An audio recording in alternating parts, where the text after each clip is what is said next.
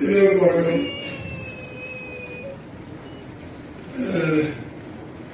கடந்த 1.5 வருஷத்துக்கு மேல இருக்குன்னு நினைக்கிறேன்.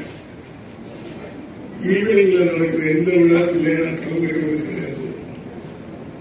எக்ஸப்ட் சமயத்தில் நடந்த கலை கட்டம் அதோட 7 கலந்து போயிட்டேன். காரணம் கலந்துக்க கூடாது அப்படின்றத கலந்துக்கக்கூடிய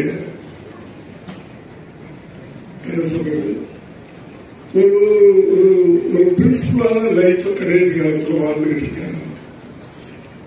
7:30 மணிக்கு டின்னர் குடிச்சிடுறது, ஒரு 1 மணி நேரம் இந்த பழைய படங்களை பார்க்கறது,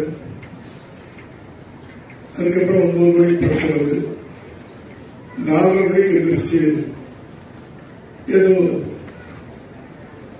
ஒரு உலகத்தில் இருக்கிறது. இப்படி ஒரு வாழ்க்கைய ஒரு லைஃப் ஸ்டைலை மாத்திக்கிட்டேன். இதுல ஒரு நாள் மிஸ் ஆனா கூட ஒரு 3 நாள் 4 நாள் அது இடிக்கும். அதனால நம்ம உடம்ப நம்ம தானே பார்த்துக்கணும். ஆனால் இந்த எழில் அவர்கள் கூப்பிட்டப்போ என்னால் மறக்க முடியல. அது மாத்திரம் இல்லை, எப்படியாவது அதில் கலந்துக்கணும்னு நினைச்சு ஒரு ஷூட்டிங்ல இருந்தேன். 6 மணிக்கு நம்மளுக்கு சொல்லிட்டு வீட்டுக்கு போய் குடிச்சிட்டு முடியாது. எழிலை பத்தி எல்லாரும் சொன்னாங்க. நான் கூட பழகிருக்கேன். அந்த படம் பண்ணின அந்த காலகட்டத்தில் அவரோட நான் பழகிருக்கிறேன்.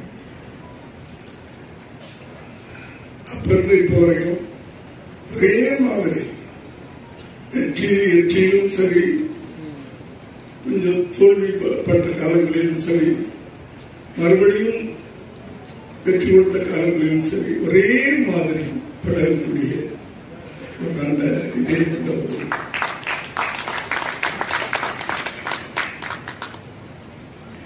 ஒரு திரைப்படம் ஒரு வெற்றி பெறுவது அப்படின்னு சொன்னால் முதல்ல அந்த கரு கண்டென்ட் சொல்லுவாங்க. அந்த கரு நல்லா இருக்கணும். அதை யார் நடிச்சாலும் வெற்றி பெறக்கூடிய அளவுக்கு திரைக்கதை எனக்கு யார் நடிச்சாலும் அதான் சொல்றேன். அதுதான் ஒரு சிறந்த திரைப்படம். அப்படிப்பட்ட என் மகன் விஜயுடைய வாழ்க்கையில எத்தனையோ படங்கள் பண்ணியிருக்கிறார்கள். ஆனால் துள்ளாதவனும் துள்ளும் ஒரு படம் அவர் வாழ்க்கையில ஒரு 10 படம் இருக்குது. இப்படி மைல்ஸ்டோன் கொடுத்தவங்க இங்க 2 பேர் இருக்கிறாங்க. கணக்கு பேரரசு அவர்கள், எழில் அவர்கள். முதல்ல அவர்களுக்கு நன்றி. ஏன்னா எந்த ஒரு நடிகரும் மேல வர்றதுக்கு யார் ஆதாரம்னா இயக்குனர். எங்க வேணாலும் சொல்லுவேன், அடிச்சு சொல்லுவேன். அப்படியாப்பட்ட ஒரு திரைக்கதை இந்த கதை. அடுத்து அப்பதான் நான் நல்ல ஞாபகம் இருக்கு. சௌத்ரி சார் ஒரு நாள் என்னை கூப்பிட்டு அவர் கூப்பிடுற நான் ஒரு பையன் அனுப்புறேன் கதை கேட்கிறேன். சாலிகிராமத்து வீடு. அவர் அந்த கதை சொன்னாரு. உடனே நான் அவர் போய் சேர்ந்து போறதுலே தெரியல. சௌத்ரி சார் ஆபீஸ்க்கு நான் போன்லயே சொல்லிட்டேன், எப்ப வேணும் சார் டேட் அப்படின்னு கேட்டேன். இந்த படத்தை நான் மிஸ் பண்ண மாட்டேன், எப்ப வேணும் கேட்டேன். அப்படி அந்த கதையின் மேல எனக்கு ஒரு நம்பிக்கை. அவர் பண்ணி இந்த ஸ்கிரீன் அந்த முழு கதையை கேட்டேன். அப்பதான் நான் விஜயோட மற்றவங்களாம் சொல்லுவாங்க என்னமோ 1008 கதைகள் சொல்லுவாங்க என்னை பத்தி. நான் கதை கேட்கும்போது விஜய் அப்பாவா கேட்கறது இல்லை. ஒரு சாதாரண பப்ளிக் படம் பார்க்கிற ஒரு பப்ளிக்கா தான் அந்த கதையை கேட்டேன். அப்படி ஒரு பப்ளிக்கா 1-2 கேள்வி கேட்டேன். அந்த கேள்வி கூட ஒரு அசிஸ்டன்ட் டைரக்டர், சின்சியரான ஒரு அசிஸ்டன்ட் டைரக்டரா கேட்டேன். ஜாலரா அடிக்கிற அசிஸ்டன்ட் டைரக்டர். ஒரு சின்சியரான அசிஸ்டன்ட் டைரக்டர் என்ன அழைக்குன்னா, இந்த கதை ஜெயிக்கணும், நம்ம டைரக்டர் ஜெயிக்கணும்னு நினைக்கிறோம்னா சின்சியரான அசிஸ்டன்ட் டைரக்டர். அப்படி ஒரு சின்சியரான அசிஸ்டன்ட் டைரக்டர் நான் எல்லாத்துலயும் கதை கேட்கிற எல்லாத்துலயும் கேள்விகள் தான் கேட்டேன். அதுக்கு சால்வ் பண்றது அவங்க இஷ்டம், அதை ஏற்றுக்கிறது அவங்க இஷ்டம். இல்ல நான் இப்படிதான் பண்ணுவேன்னு சொல்றது அவங்க இஷ்டம். அப்படி அதெல்லாம் ரொம்ப ஈஸியா எடுத்துக்கிட்டு படம் பார்க்கும்போது இந்த கேள்வி நான் கேட்டேனே படத்துல என்ன அப்ப அதை உள்வாங்கி இருக்காரு.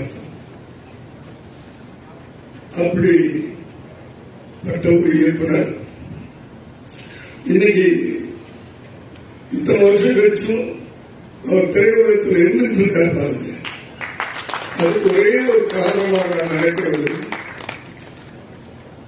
பைபிள்ல ஒரு வார்த்தை இருக்கு, எவன் ஒருவன் தன் தாயை உயர்த்துகிறானோ அவனை நான் மென்மேலும் உயர்த்திக் கொண்டே இருப்பேன் அப்படின்னு கடவுள் இறைவன் சொல்லதா சொல்லியிருக்காரு. அது எல்லா வேதத்திலையும் சொல்லியிருக்கேன். எனக்கு தெரிஞ்சது பைபிள் தான்.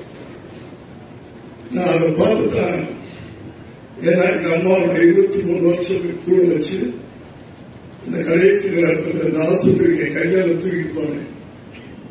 அதனால தான் நான் நல்லா இருக்கிறேன், என் பிள்ளை நல்லா இருக்கிறேன், என் குடும்பம் நல்லா இருக்கு. சார், தாயை நம்ம எங்க நம்ம உயர்த்துறோம், கடவுள் நம்மளை உயர்த்திக்கிட்டே இருப்பாரு. எந்த மாற்று கருத்து இல்லை. என்ன வாழ்க்கையை நான் பார்க்கிறோம். இந்த இளைஞர்களுக்காக தான் நான் சொல்லிட்டு இருக்கேன். நமக்கு தெரிஞ்ச கடவுள், நமக்கு தெரிஞ்ச கடவுள், அந்த கடவுளை நம்ம எவ்வளவு போற்றினாலும் தவிர சார், எந்த தாயா இருந்தாலும் சரி. எனக்கு அதனாலதான் அப்படி ஒரு திரைக்கதை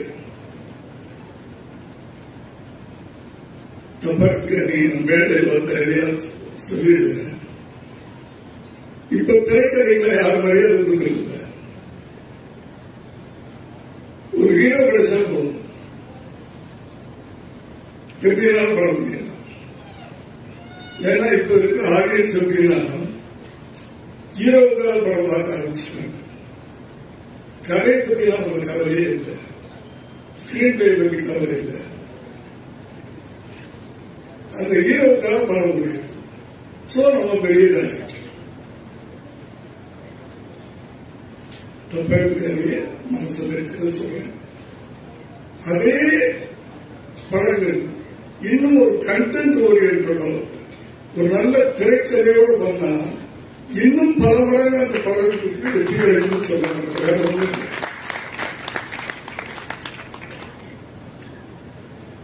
சமீபத்தில் ஒரு படம் பார்த்துட்டு போன் பண்ணி பாராட்டுறேன் பாருங்க, சூப்பர் சார், ஒரு படம் எப்படி பண்ணணும் உங்ககிட்ட இருந்தா சார் கத்துக்கணும் அப்படின்லாம் சொல்லிட்டு இருக்கேன். அதான் கேட்டுட்டு இருக்காரு. செகண்ட் ஹாஃப் கொஞ்சம் சரியில்லை சார் அப்படின்னு சொன்னா, சார் நான் சாப்பிட்டுட்டு இருக்கேன் அப்படின்னு. அது வரைக்கும் கேட்டுட்டு நான் சாப்பிட்டு இருக்கேன்னு சொல்லல. செகண்ட் ஹாஃப் ஒரு மாதிரி இருக்கு சார். இவ்வளவு 5 நாளைக்கு முன்னாடியே ஃபர்ஸ்ட் ஹாஃப் பார்த்தேன் சார். இப்படி இந்த மரங்கள்ல இந்த நம்பிக்கையெல்லாம் கிடையாது சார். அதுவும் ஒரு தகப்பனே தன் பிள்ளைய இது பண்றதுலாம் சார் நான் சாப்பிட்டு இருக்கேன் அப்புறமா கூப்பிடுறேன் சார் அப்படின்னு கேட்பேன். அப்புறம் கூப்பிடவே இல்லை. படம் ரிலீஸ் பிறகு எல்லாரும் வச்சு செஞ்சாங்க. எதுக்கு சொல்றேன்னா, இந்த நம்ம சொல்றத ஃபீட்பேக் அவங்க எடுத்துட்டு அதை மாற்றி இருக்கலாம். அதுக்கு டைம் இருக்கு, 5 நாள் டைம் இருக்கு. அத்தனை சொன்னதே சொல்லியது அந்த படத்தில். அதுக்கு சொல்ல வந்தேன். அவங்களுக்குலாம் இந்த விமர்சனங்களை தாங்கிக்கிற தைரியம் இல்லை, பக்குவம் இல்லை. இதே நான் இன்னொரு பெரிய இயக்குனர் ஒரு கதை சொல்றாரு. கதை சொல்லி முடிச்ச உடனே அவரை எந்திரிச்சு கட்டி பிடிச்சிருக்காரு. இங்க வந்திருக்காரா? துப்பாக்கி டைரக்டர் கட்டி பிடிச்சிட்டேன். ஆனா கடைசியில் அதே மாதிரி ஒரு அசிஸ்டன்ட் டைரக்டர் ஒரு கேள்வி கேட்டேன். சார் கேட்கலாமா அப்படின்னு கேட்டேன். கேளுங்க சார். இந்த படமே ஸ்லீப்பர் செல்ஸ் அப்படின்னு சொல்லி போறீங்க. எனக்கு தெரியும் சார் ஸ்லீப்பர் செல்ஸ் யாருன்னு, பப்ளிக்கு தெரியுமா அப்படின்னு கேட்டேன். கேட்டுட்டு விட்டுட்டு அதோட படம் பார்க்கும்போது அதுக்குன்னு ஒரு சீன் வச்சிருந்தார். செகண்ட் ஹாஃப்ல அந்த ராஜீவ் காந்தியுடைய கொலை வழக்கை விசாரித்த IAS ஆபீசர் அவரை வச்சு ஒரு படம் பண்ணியிருந்தார். பெரிய டைரக்டர் கூட நம்ம சொன்னதை மைண்ட்ல வச்சுக்கிட்டு எனக்கு பதில் சொல்லாம திரைப்படத்தில் பதில் சொல்லியிருக்காரு. அவருடைய பக்குவம் அதனால இன்னைக்கு வரைக்கும் ஜெயிச்சுட்டே இருக்காரு. அதே போல வருகின்ற இளைஞர்களுக்கு இந்த இடத்துல நான் சொல்றது எனக்கு தகுதி இருக்குன்ற நம்பிக்கை நான் சொல்றேன். ஒரு அப்பே ஸ்தானத்துல இல்ல ஒரு அன்னை ஸ்தானத்துல வருகின்ற இளைஞர்கள் ஒரு கண்டென்ட்டோட வாங்க. அடுத்தது உங்களுக்கு ஒரு பொறுப்புணர்ச்சி இருக்கு. ஒரு பொறுப்புணர்வுன்னு சொல்றோம்ல, அந்த காலத்துல ஒரு ரைட்டர் இருந்தாரு, திரைக்கதை ஒருத்தர் எழுதுவாரு, டைரக்டர். இப்ப எல்லாமே நம்ம பண்றோம். இப்போ ஒரு எழுத்தாளர் ஒரு இயக்குனர்னா ஒரு நல்ல கண்டென்ட் போய் சேரணும். அந்த காலத்துல ஒரு 10 தலையை வெற்றாலும் வில்லன்னு சொல்லுவோம். இன்னைக்கு அதே காரியத்தை ஹீரோ பண்ண வைக்கிறீங்க. இது எப்படி எனக்கு புரியும்? இதை நம்ம கொண்டாடுறோம். இது எப்படி சினிமா ஏற்றுக்கிறோம்? என்ன மெசேஜ் இளைஞர்களுக்கு சொல்ற? நீங்க கப்பி எடுத்து 10 பேர் வெட்டுனா ஏன்னா இன்னைக்கு இளைஞர்கள் அப்படின்னா ஹீரோ எந்த மாதிரி சட்டம் கொடுக்கிறாரோ அந்த மாதிரி சட்டம் வாங்கிக்கிறாங்க. எந்த மாதிரி ஹேர் ஸ்டைல் வச்சுக்கிறாரோ அந்த மாதிரி ஹேர் ஸ்டைல் வச்சுக்கிறாங்க. ஹீரோ ஃபாலோ பண்றாங்க. அதனால தயவு செய்து உங்க காலத்தொட்டு கொண்டு கேட்டுக்கிறாங்க. நல்ல விஷயங்களை படங்களுக்கு சொல்லுங்க. ஏதாவது நல்ல மெசேஜ் இருக்கு. 2.5 மணி நேரம் படம் பண்றோம், 3 மணி நேரம் படம் பண்றீங்க. 3 நிமிஷங்கள் நல்ல விஷயம் சொல்லுங்க. தயவு பண்ணி ப்ளீஸ்.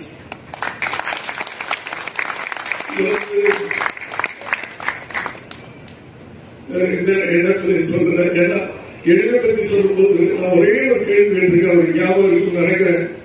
என்ன கேள்வி? அந்த கேள்விக்கு படத்துல பதில் சொன்னார். அந்த பக்கம் தான் வெற்றி விழா கொண்டாடு அந்த படம். அப்ப என்ன விஜய் பெரிய சூப்பர் ஸ்டார் இல்லை, அந்த கதை அவரை தூக்குச்சு. இன்னும் சொல்ல போனா அந்த படத்துக்கு பிறகுதான் கேரளாவில் விஜய்க்கு சான்ஸ் அறிவிக்கும்.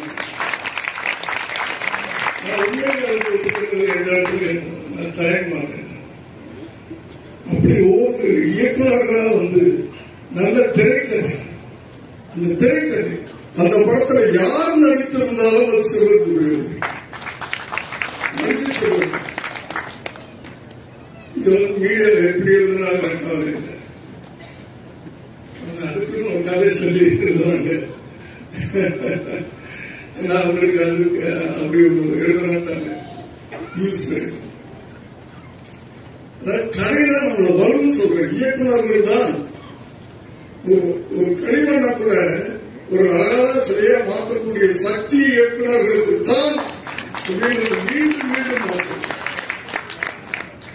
அந்த இயக்குநர்களே நான் திரும்ப கேட்டுக்கிறேன். அதுக்காக தான் கேட்டுக்கிறேன்.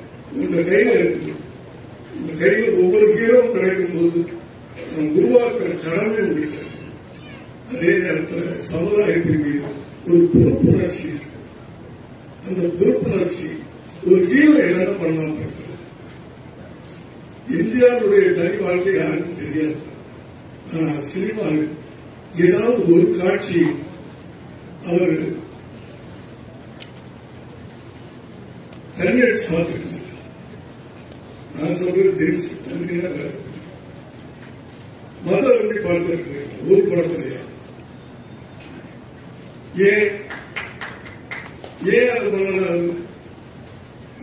அவரை ஃபாலோ பண்றதுக்கு கோடான தமிழர்கள் இருந்தாங்க, இளைஞர்கள் இருந்தாங்க. ஆகவே இதையெல்லாம் நீங்கள் எழுத்தாளர்கள், நீங்க தான் ஸ்கிரீன் பிளே பண்றீங்க, நீங்க தான் டைரக்ட் பண்றீங்க. தயவு செய்து இளைஞர்களை உருவாக்குகின்ற ஒரு சமூகத்தின் மீது அக்கறை உள்ள, மக்களின் மீது அன்பு கொள்ளக்கூடிய ஒரு இளைஞர்களை உருவாக்கணும்னா நீங்கள் இந்த ஹீரோக்களை அப்படி உருவாக்கணும். நான் எங்கேயும் போயிட்டேன் சாரி. எழில் அவர்கள் இந்த படம் ஒரு பொருளாதார இடையில நிறைய அவர் ஹியூமர் தந்தாரு. ஹியூமர் தான் அப்படின்ற எனக்கு இருந்து அது ஹியூமரா இருக்கட்டும், சென்டிமெண்டா இருக்கட்டும், அந்த ஆக்ஷனா இருக்கட்டும், எதுவாக இருந்தாலும் ஒழுங்கான ஸ்கிரீன் பிளே பண்ணா அந்த படம் ஜெயிக்கும்.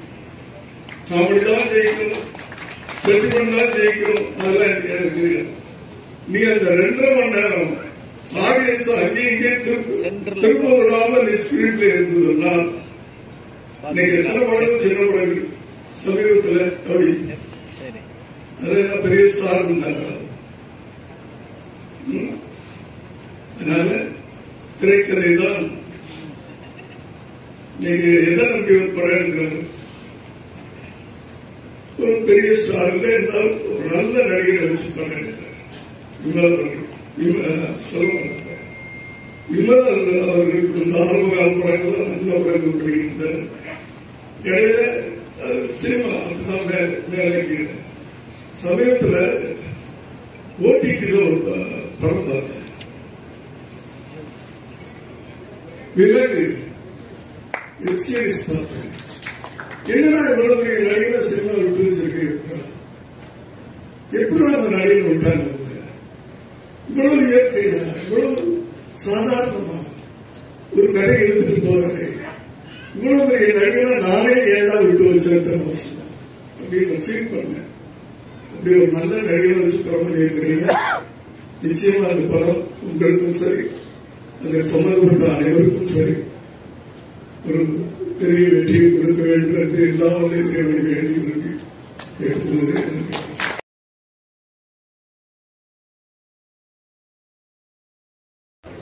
அவர் ஸ்கிரிப்ட் நான் படிக்கவே மாட்டேன், அவர் சொல்றதான் நான் கேட்பேன். ஸ்கிரிப்ட் படிக்கிறத விட சார் ஒரு தடவை நீங்க கதையை சொல்லுங்களா, ஒரு படத்தை 10 தடவை பார்த்த மாதிரி இருக்கு சார், நீங்க சொல்றதே அவ்வளவு டீட்டெயிலா சொல்லுவாரு. எல்லாருக்கும் தெரியும், நம்ம எழில் சாருக்காக முதல்ல வந்திருக்கோம் அண்ட் படத்தை வாழ்த்து வந்திருக்கோம். அதுக்கு முன்னாடி நான் ஒரு 2 பேரை வாழ்த்தணும்னு நினைக்கிறேன். எழில் சாருக்கு முன்னாடி எழில் சாருடைய 25 வருஷ பயணத்தை ஒரு விழாவா எடுத்து அந்த விழாவில் அவரை சிறப்பிக்கணும்னு நினைச்ச முதல்ல ப்ரொடியூசருக்கும் அந்த கதாநாயகனுக்கும் முதல்ல நான் வாழ்த்து தெரிவிச்சுக்கிறேன். இந்த ஒரு நல்ல எண்ணத்துக்காகவே உங்க படம் ரொம்ப நல்லா ஓடும் sir. Because Ezhil sir deserves it. அவர் பண்ண படங்கள்லாம் பல ஹீரோஸ்க்கு ஒரு மிகப்பெரிய சக்சஸையும் ஒரு நல்ல ஒரு பயணத்துக்கான ஒரு வழியையும் அமைச்சு கொடுத்தது. அதே மாதிரிதான் எனக்கும் அவருடைய பயணத்துல நானும் ஒரு அங்கமா இருக்கேன்னு நினைக்கும் போது ரொம்ப ரொம்ப சந்தோஷமா இருக்கு. அண்ட் எழில் சார் பத்தி உங்க எல்லாருக்குமே தெரியும், அதுக்குதான் இங்க வந்திருக்கீங்க. எனக்கு தெரிஞ்சது என்னுடைய எக்ஸ்பீரியன்ஸ்ல அவர் ஸ்கிரிப்ட் நான் படிக்கவே மாட்டேன், அவர் சொல்றதான் நான் கேட்பேன். ஸ்கிரிப்ட் படிக்கிறத விட சார் ஒரு தடவை நீங்க கதையை சொல்லுங்களா, ஒரு படத்தை 10 தடவை பார்த்த மாதிரி இருக்கு சார், நீங்க சொல்றதே அவ்வளவு டீட்டெயிலா சொல்லுவாரு, அவ்வளவு இயல்பா சொல்லுவாரு. ஒவ்வொரு ஷாட் எப்படி நடிக்கணும்னு சொல்லுவாரு, என்ன எமோஷன் சொல்லுவாரு. ஒரு சின்ன காமெடி சீனை கூட அவ்வளவு ரசிச்சு அவர் சொல்லுவாரு. ஆனா என்னன்னா அவர் சொல்லும் போது காது கொடுத்து நம்ம கேட்கணும், அது ரொம்ப கஷ்டம். ஏன்னா அவரு சார் என்ன சார் இல்ல ஓபன் பண்ணா ஒரு லாரி ஃபேன் ஆஃப் பண்ணுங்க, அதுக்கப்புறம் லாரியில ஒருத்தன் ஏறும், ஏசி ஆஃப் பண்ணுங்க, அப்புறம் சேர் பக்கத்துல போயிட்டு சொல்லுங்க சார் அப்படின்னா. ஸோ எழில் சாருடைய அந்த ஒரு உணர்வு இருக்கு இல்லையா, கதை சொல்லும் போது அது உள்ள போயிடுவார், அந்த லொகேஷன் உள்ள போயிடுவார், அந்த சீன் உள்ள போயிடுவாரு. அப்ப நம்ம காது கொடுத்து கேட்கணும். அப்படியே கேட்டா ஒரு நல்ல படத்தை பார்த்தா ஒரு ஃபீல் கிடைக்கும். அவர் எப்போ கதை சொன்னாலும் சார் இன்னொரு கதை சொல்லுங்க சார் கேட்கணும். எனக்கு ரொம்ப பிடிச்ச படம் என்னுடைய கரியர்ல தீபாவளி. அந்த படத்தை வந்து எழில் சார் இயக்குனாரு. இன்னைக்கும் வந்து ஒரு திருப்பதி பிரதர்ஸ், நம்ம லிங்குசாமி சார் அவங்க பிரதரும் சேர்ந்து ஃபர்ஸ்ட் டைம் அந்த படத்தை வந்து ப்ரொடியூஸ் பண்ணாங்க.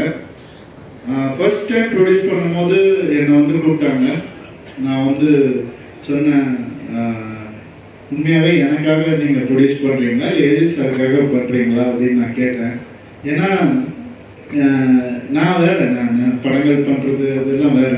ஆனால் எழில் சாருடைய கதை வந்து முதல் தடவை ஒருத்தர் வந்து ப்ரொடியூஸ் பண்ணணும்னு நினைக்கிறது வந்து ரொம்ப பாசிட்டிவாக நான் பார்த்தேன்.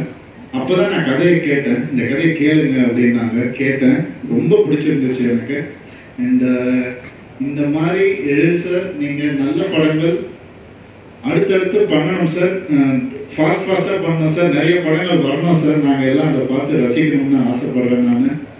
அண்டு பார்த்திபன் சார் சொன்னார், இந்த எஸ்னா வந்து ஸ்பெஷல் எழில் அப்படின்னாங்க. நான் என்ன சொல்றேன்னா, நோ சொல்லாத எழில் அவர், எல்லாத்துக்கும் எஸ் தான். சார் இந்த ஷார்ட் இப்படி பண்ணிக்கலாமா சார், இந்த ஆக்ஷன் இப்படி பண்ணிக்கலாம், எஸ் எஸ் அப்படின்னு சொல்லுவாரு. அந்த பாசிட்டிவான ஒரு எனர்ஜி வந்து ரொம்ப ரேர். அது பார்க்கறது எல்லாமே நல்லா வரணும்னு நினைச்சு அந்த ப்ரொடக்ஷனை வந்து காப்பாற்றணும்னு நினைக்கக்கூடிய சில டைரக்டர்ஸ்ல அவர் ரொம்ப ஒரு முக்கியமான ஒருத்தர். அதனால்தான் இந்த அளவுக்கு அவருக்கு பெரிய வெற்றிகள் கிடைச்சிருக்கு. அண்ட் 25 சும்மா இன்னும் நிறைய போனோம். அவரு நாங்களும் கூட இருக்கோம். கண்டிப்பா நிறைய நல்ல படங்கள் பண்ணணும். 50 ஆகணும், 75 ஆகணும், 100 ஆகணும், 100 வயசு நல்லா இருக்கணும். அவர் அனைவருக்கும் வணக்கம். பாக்கியராஜ் சார் யாருடைய இடம் எங்கன்னு கேட்டு தெளிவா கேட்டுதான் சொன்னாரு. முதல்ல அவன் தெளிவா இருக்கான்னு பார்த்துருக்கோம். அது மாதிரிதான் எல்லாருக்கும் நடக்கும். எனக்கும் நடந்திருக்கு. அவரால் இந்த கோடம் பகுதிக்குள்ளேயே எனக்கு அப்படியே ஆப்போசிட் சைட்ல சொல்லிட்டாரு. அதெல்லாம் நிஜமாவே லைஃப்ல நடக்கிற விஷயங்களே நிறைய ஹியூமர் கலந்துருக்கும். அவர் எதுக்காக சொன்னார்னா, எழில் வந்து ஹியூமர் சைடு போனதுதான். ஆக்சுவலா அவர் பிகினிங் ஸ்டேஜ்ல எல்லாம் வந்து கொஞ்சம் ஃபேமிலி சென்டிமெண்ட், அப்புறம் லவ் சென்டிமெண்ட்ஸ் அதெல்லாம் தான் ரொம்ப கான்சென்ட்ரேட் பண்ணிட்டு இருந்தாரு. ஆனா அப்படி ஹியூமர் சைடு போகும்போது அது வந்து அது வரவேற்பு ஜாஸ்தி. அது என்னைக்குமே நிலைச்சு இருக்கும். ஹியூமர் வந்து எப்பவுமே சினிமாவுக்குன்னு வரும்போது, ஒரு என்டர்டெயின்மெண்ட் மீடியாவுக்குள்ள வரும்போது மக்கள் வந்து மனசார சிரிச்சுட்டு அது பண்றது, அதுல ஒரு எப்பவுமே தனி அல்லாத ஒரு இன்பம் இருக்கும். ஸோ அந்த மாதிரி படங்கள் கொடுக்கும்போது ஒரு மினிமம் கேரண்டி இருக்கும். அதை எப்போ கையாள ஆரம்பிச்சாரோ அதுல இருந்து அவருக்கு தோல்வி இருக்காது. தோல்வி இந்த இதுல இனிமேலும் இருக்காது. எழில் நான் படித்த பள்ளிக்கூடம், நான் குடியிருந்த கோவில் அப்படின்னு சொல்லலாம். சூப்பர் குட் ஃபிலிம்ஸ் அங்கிருந்து தான் அவர் வந்தாரு. ஸோ நாங்க அப்ப அங்க சந்திச்சது கிடையாது. எங்களுக்கு அப்புறமா ரொம்ப வருஷம் கழிச்சு தான் அவர் உள்ள இருந்து வந்தாரு. ஆனா நேற்று சௌத்ரி சாரை பார்க்கும்போது அவர் இப்போ ஒரு மலையாளத்தில் ஒரு படம் பண்ணிட்டு இருக்காரு, தெலுங்குல ஒரு படம் பண்ணிட்டு இருக்காரு. அதுவும் ஒரு நியூ ஃபேஸ் டைரக்டர் தான். இது எத்தனை டைரக்டர் அதெல்லாம் யாரையா கணக்கு வச்சிருக்கிறது அவருக்கே தெரியல. ஸோ அப்படி new face directors, new face technicians, நிறைய ஆர்டிஸ்ட் இதெல்லாம் இன்ட்ரோடியூஸ் பண்ண அவருக்கே கணக்கு தெரியல. அவர் இப்போ 98 படம் முடிஞ்சிச்சு. 100வது படம் மிகப்பெரிய படமா ஒரு படம் வரணும். அதுக்கு அவரே வெயிட் பண்ணிட்டு இருக்காரு. ஸோ அந்த ஸ்கூல்ல இருந்து வந்த எழிலுக்கு வாழ்த்துக்கள் சொல்றதுக்காக தான் இங்க வந்தேன். சேம் டைம் தேசிக ராஜா ஆடியோ லான்ச் ஃபர்ஸ்ட் அந்த மியூசிக் டைரக்டர் வித்யாசாகர் சார் கூட நானும் பணிபுரிஞ்சிருக்கேன். ஞானசன் அந்த அந்த படமும் எழிலும் நல்ல மிகப்பெரிய வெற்றி அடையாகும். எழில் 25 வருஷம் அப்படிங்கிறது நமக்கு சொன்ன மாதிரி படைப்பாளிகளுக்கு வயசு கிடையாது.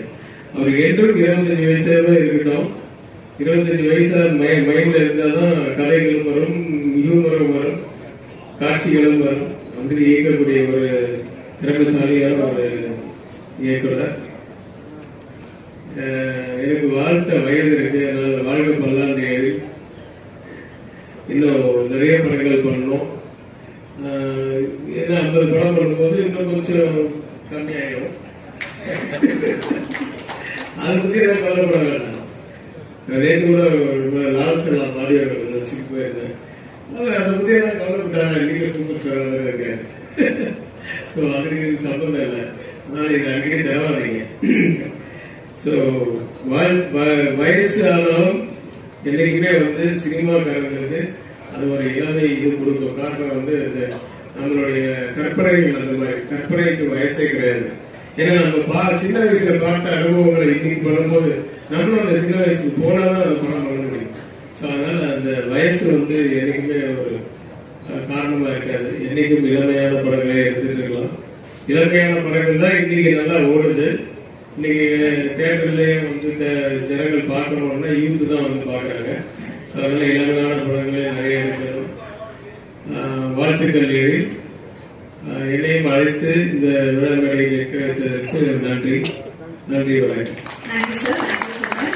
இயக்குநர்கள் அவர்களுடைய 28வது வருட சினிமா பயணத்தை தொடர்ந்து நம்ம நிறைய விஷயங்கள், நிறைய இயக்குநர்கள் பேசிட்டு.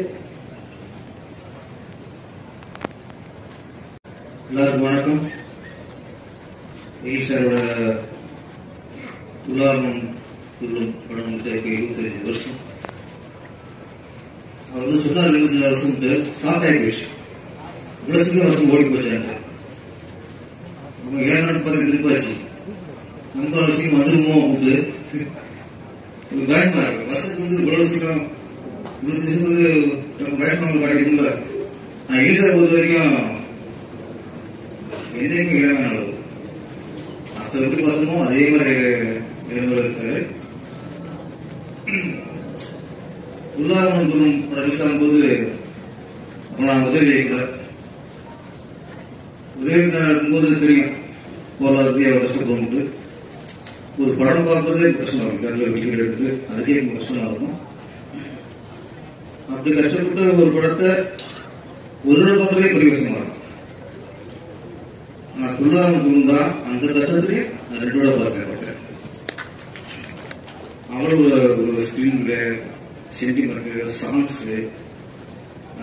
லாஸ்ட் கிளைமேக்ஸ், ஒரு படத்துக்கு எப்படி திரைக்கதை வைக்கணுன்றது உதாரண படம் தான் துல்லாதமன் துள்ளம். தீபாவளி படம் எல்லாம் படம் எப்படி டக்குனு காமெடிக்கு மாறினது ஷாக்கா இருக்கும். ஒரு சீரியஸா சென்டிமெண்டா பண்ண ஒரு இயக்குனர் டோட்டல் அப்படியே காமெடி. சில காமெடி எடுப்பாங்க, நம்ம சிரிப்பு வராது. ஆனா இவர் படம் தான் காமெடி எல்லாத்தையும் சிரிக்கிற மாதிரி இருக்கும். அது வேலையில் வெள்ளக்கார படத்துலாம் காலையில 6 மணி கூலி கொக்கர் போன போச்சு. அது கேட்டாலே போதும், சீனை பார்த்தாலே நமக்கு எவ்வளவு நமக்குள்ள ஒரு துக்கம் இருந்தாலும் உயரம் இருந்தாலும் சீனை பார்த்தாலே டோட்டலா ஓடிக்கும். எனக்கு இயக்குநர்ல காமெடி படம் பண்ணி மக்களை சிரிக்க வைக்கிறது மிகப்பெரிய கலை. அது மிகப்பெரிய திறமை வேணும். ஆரம்பிச்சிடலாம், உங்களுடைய திருவிழா நம்ம பயன்படுத்திக்கலாம். ஆனா மனசுல சிரிக்க வைக்கிறதுக்கு அதுதான் பெரிய விஷயம். எழில் சார் அதுல இந்த காமெடி கிங்னு சொல்லுவாங்க, கூப்பிட்டுருக்காரு. அவருடைய வாழ்த்துக்கள். இன்னொன்னு கேஎஸ் ரவிக்குமார் சொன்னாரு, சூப்பர் குட். எனக்கு அதான் தாய் வீடு. அங்கிருந்து தான் நாங்க திருப்பாச்சி, அங்கிருந்து நாம படம் பண்ணது. அதே தாய் வீட்டுல இருந்து தான் எழில் சார் இருக்காரு. அதனால ஏதோ ஒரு வகையில அவரோட டாப் ஆகிட்டு இருக்கேன். அது மாதிரி இயக்குநர் சங்கத்திலையும் சரி, எனக்கு கூட அவர்தான் பொருளாளராக இருந்தாரு. என்ன ஏன்னா அது ஒரு நம்பிக்கை. நம்ம கேட்கும் போச்சுல, முன்னாள் பொருளாளர் இன்னைக்கு பிஸியா இருக்காரு, அதே மாதிரி நாளைக்கு இன்னும் பிஸியா இருக்கிற ஒரு நம்பிக்கை இந்த மேடம் கொடுத்துருக்கு. எலிசா தொடர்ந்து நம்ம வெற்றி பண்ண கொடுத்து மக்களை வைக்கணும். அடுத்து துள்ளாமத்தூரும் எலிசாரி 50வது வருடத்துக்கு அவர் இந்த மாதிரி பிஸியா இருக்கணும். வாழ்த்துக்கள். நன்றி. அனைவருக்கும் வணக்கம். வணக்கம். பிக் பாஸ் எழில் அப்படின்றதே ரொம்ப எளிதான ஒரு பேர். எழிலனவே அழகுன்னு அர்த்தம், இளமைன்னு அர்த்தம், புதுமைன்னு அர்த்தம். அந்த புதுமையை நம்ம தேடி தேடி ஒவ்வொருத்தரும் பார்த்து பேச வேண்டும். தயவு பண்ணி ஒருத்தர் மேடைக்கு வாங்க சார், வாங்க நீங்க வந்தாதான் அடுத்து நான் பேசுவேன். ஒண்ணு பண்ணாதீங்க. ஷூட்டிங்ல அப்படித்தாங்க, இவர் எங்க இருக்காருன்னே தெரியாது. நம்ம பாட்டு மாங்க மாங்க நடிக்கிறது சார், அதெல்லாம் கரெக்டா இருக்குன்னு வாய்ஸ் மட்டும் வரும். ரொம்ப நடிங்க அப்படிம்பாரு. எதை நடிச்சாலும் ஏத்துக்கிற ஒரே இயக்குனர் என்னையே நடிகனாக்கி இருக்காருன்னு பாருங்க. ஒரு காமெடியா இல்ல, அதான் அவருடைய காமெடி சென்ஸ். நான் தெரியாதனமா எழில் படத்தில் நடிக்கணும்னு நான் கேட்டேன், என் வச்சு செஞ்சுட்டேன். வாழ்க்கையில மறக்க மாட்டேன் முடியும். ஐயோ மாத்தி மாத்தி. எழில் ஆரம்ப காலம் ரொம்ப பிரமாதமாக ரவிக்குமார் சார் சொன்ன மாதிரி இவங்க எல்லாம் ஒரு வயிற்று பிள்ளைகள், ஒரு தாய் பிள்ளைகள் மாதிரி. இவங்களுக்கெல்லாம் தாய் நம்ம சௌத்ரி சார் தான். அந்த சௌத்ரி சாருக்கு தான் நம்ம முதல் நன்றியை தெரிவிக்கிறோம். ஏன்னா ஒரு மிக அற்புதமான இயக்குநர்களை இந்த தமிழ் திரைக்கு தந்து வரவரு நம்ம Vikraman sir, KS. Ravikumar sir, அடுத்தது எழில் சார், இன்னும் நிறைய இந்த பட்டியல ஒரு முன்னாள் எத்தனை அவராலேயே கணக்கு தெரியா போய அப்படின்ட்டாங்க. அப்போ புதுசா வர்ற இயக்குநர்களுக்கு ஒரு வாழ்க்கையை கொடுக்கிற ஒரு தயாரிப்பாளரை நம்ம எப்பவுமே மறக்க கூடாது. இன்னைக்கு வரையில அவர் ஒரு தயாரிப்பாளர் ஸ்தானத்தில் தான் வச்சிருக்கேன் அப்படின்னு என்கிட்ட சொல்லுவாரு. அதுக்கு ஒரு பெரிய ஹேட்ஸ் ஆஃப். அதனாலதான் 25 ஆண்டுகள் சினிமாவில் நான் கூட சொல்லிக்கலாம். ஆனா 25 வருஷம் டைரக்ட் பண்ணிட்டு இருக்காரு பாருங்க, அது ஒரு பெரிய விஷயம் இல்லையா? கைத்தறிட்டே இருக்கணும், கம்மியா இருக்கு.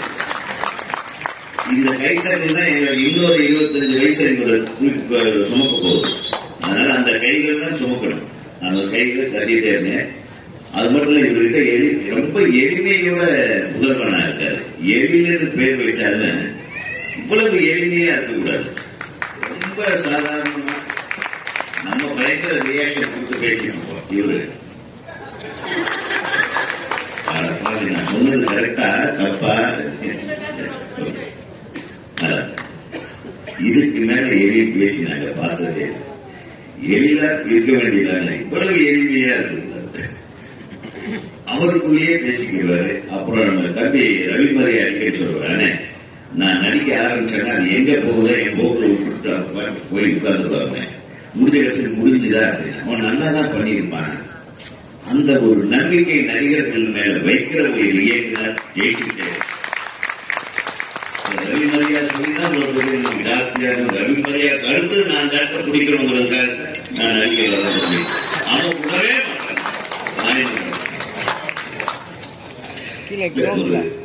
நாடு எங்க இருக்கு காமெடியா பேசலாம்னா, இவருடைய முதல் படம் அதாவது துள்ளாத மாணவன் துள்ளு அவ்வளவு ஒரு பயத்திக்கான ஒரு படம்.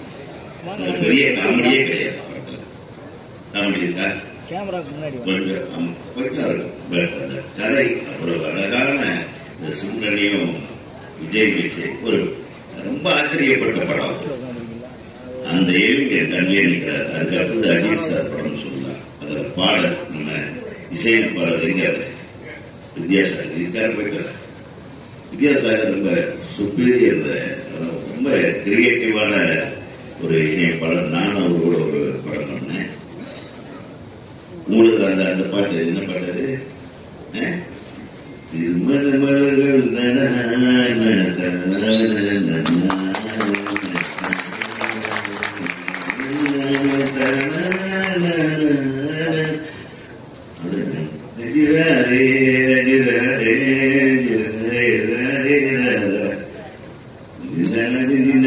எத்தனை பாட்டு பாருங்க, அந்த வரிசையில் தான் வரும்.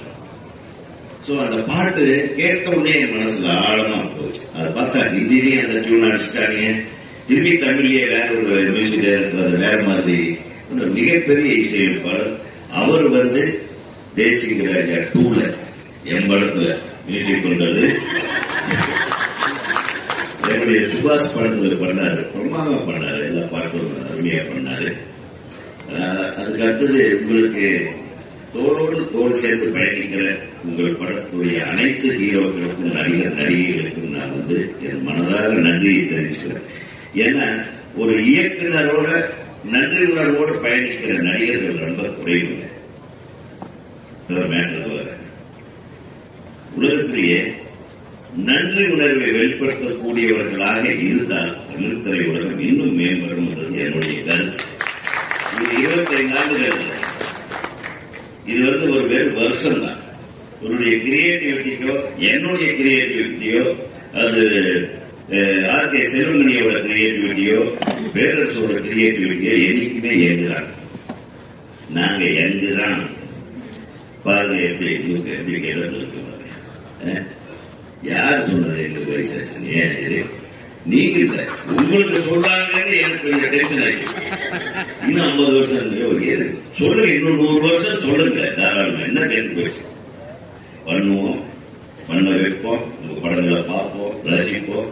ஏதோ ஒரு இடத்துல அங்க உங்க கூட இருந்த நாங்க டென்ஷனாவது பண்ணிட்டு இருப்பேன், நடிச்சாவது டென்ஷன் பண்ணுவேன், அதாவது கூட இருந்தாவது டென்ஷன் பண்ணுவேன். நான் மிகவும் நேசிக்கிற அன்பின் பிறப்பிடம், அன்பின் இருப்பிடம், அன்பின் உறைவிடம் எல்லா இடமும் என் அன்பு தம்பிக்கு சொந்தம். 25 இன்னும் 100 ஆண்டுகள் இருக்கிறோம்.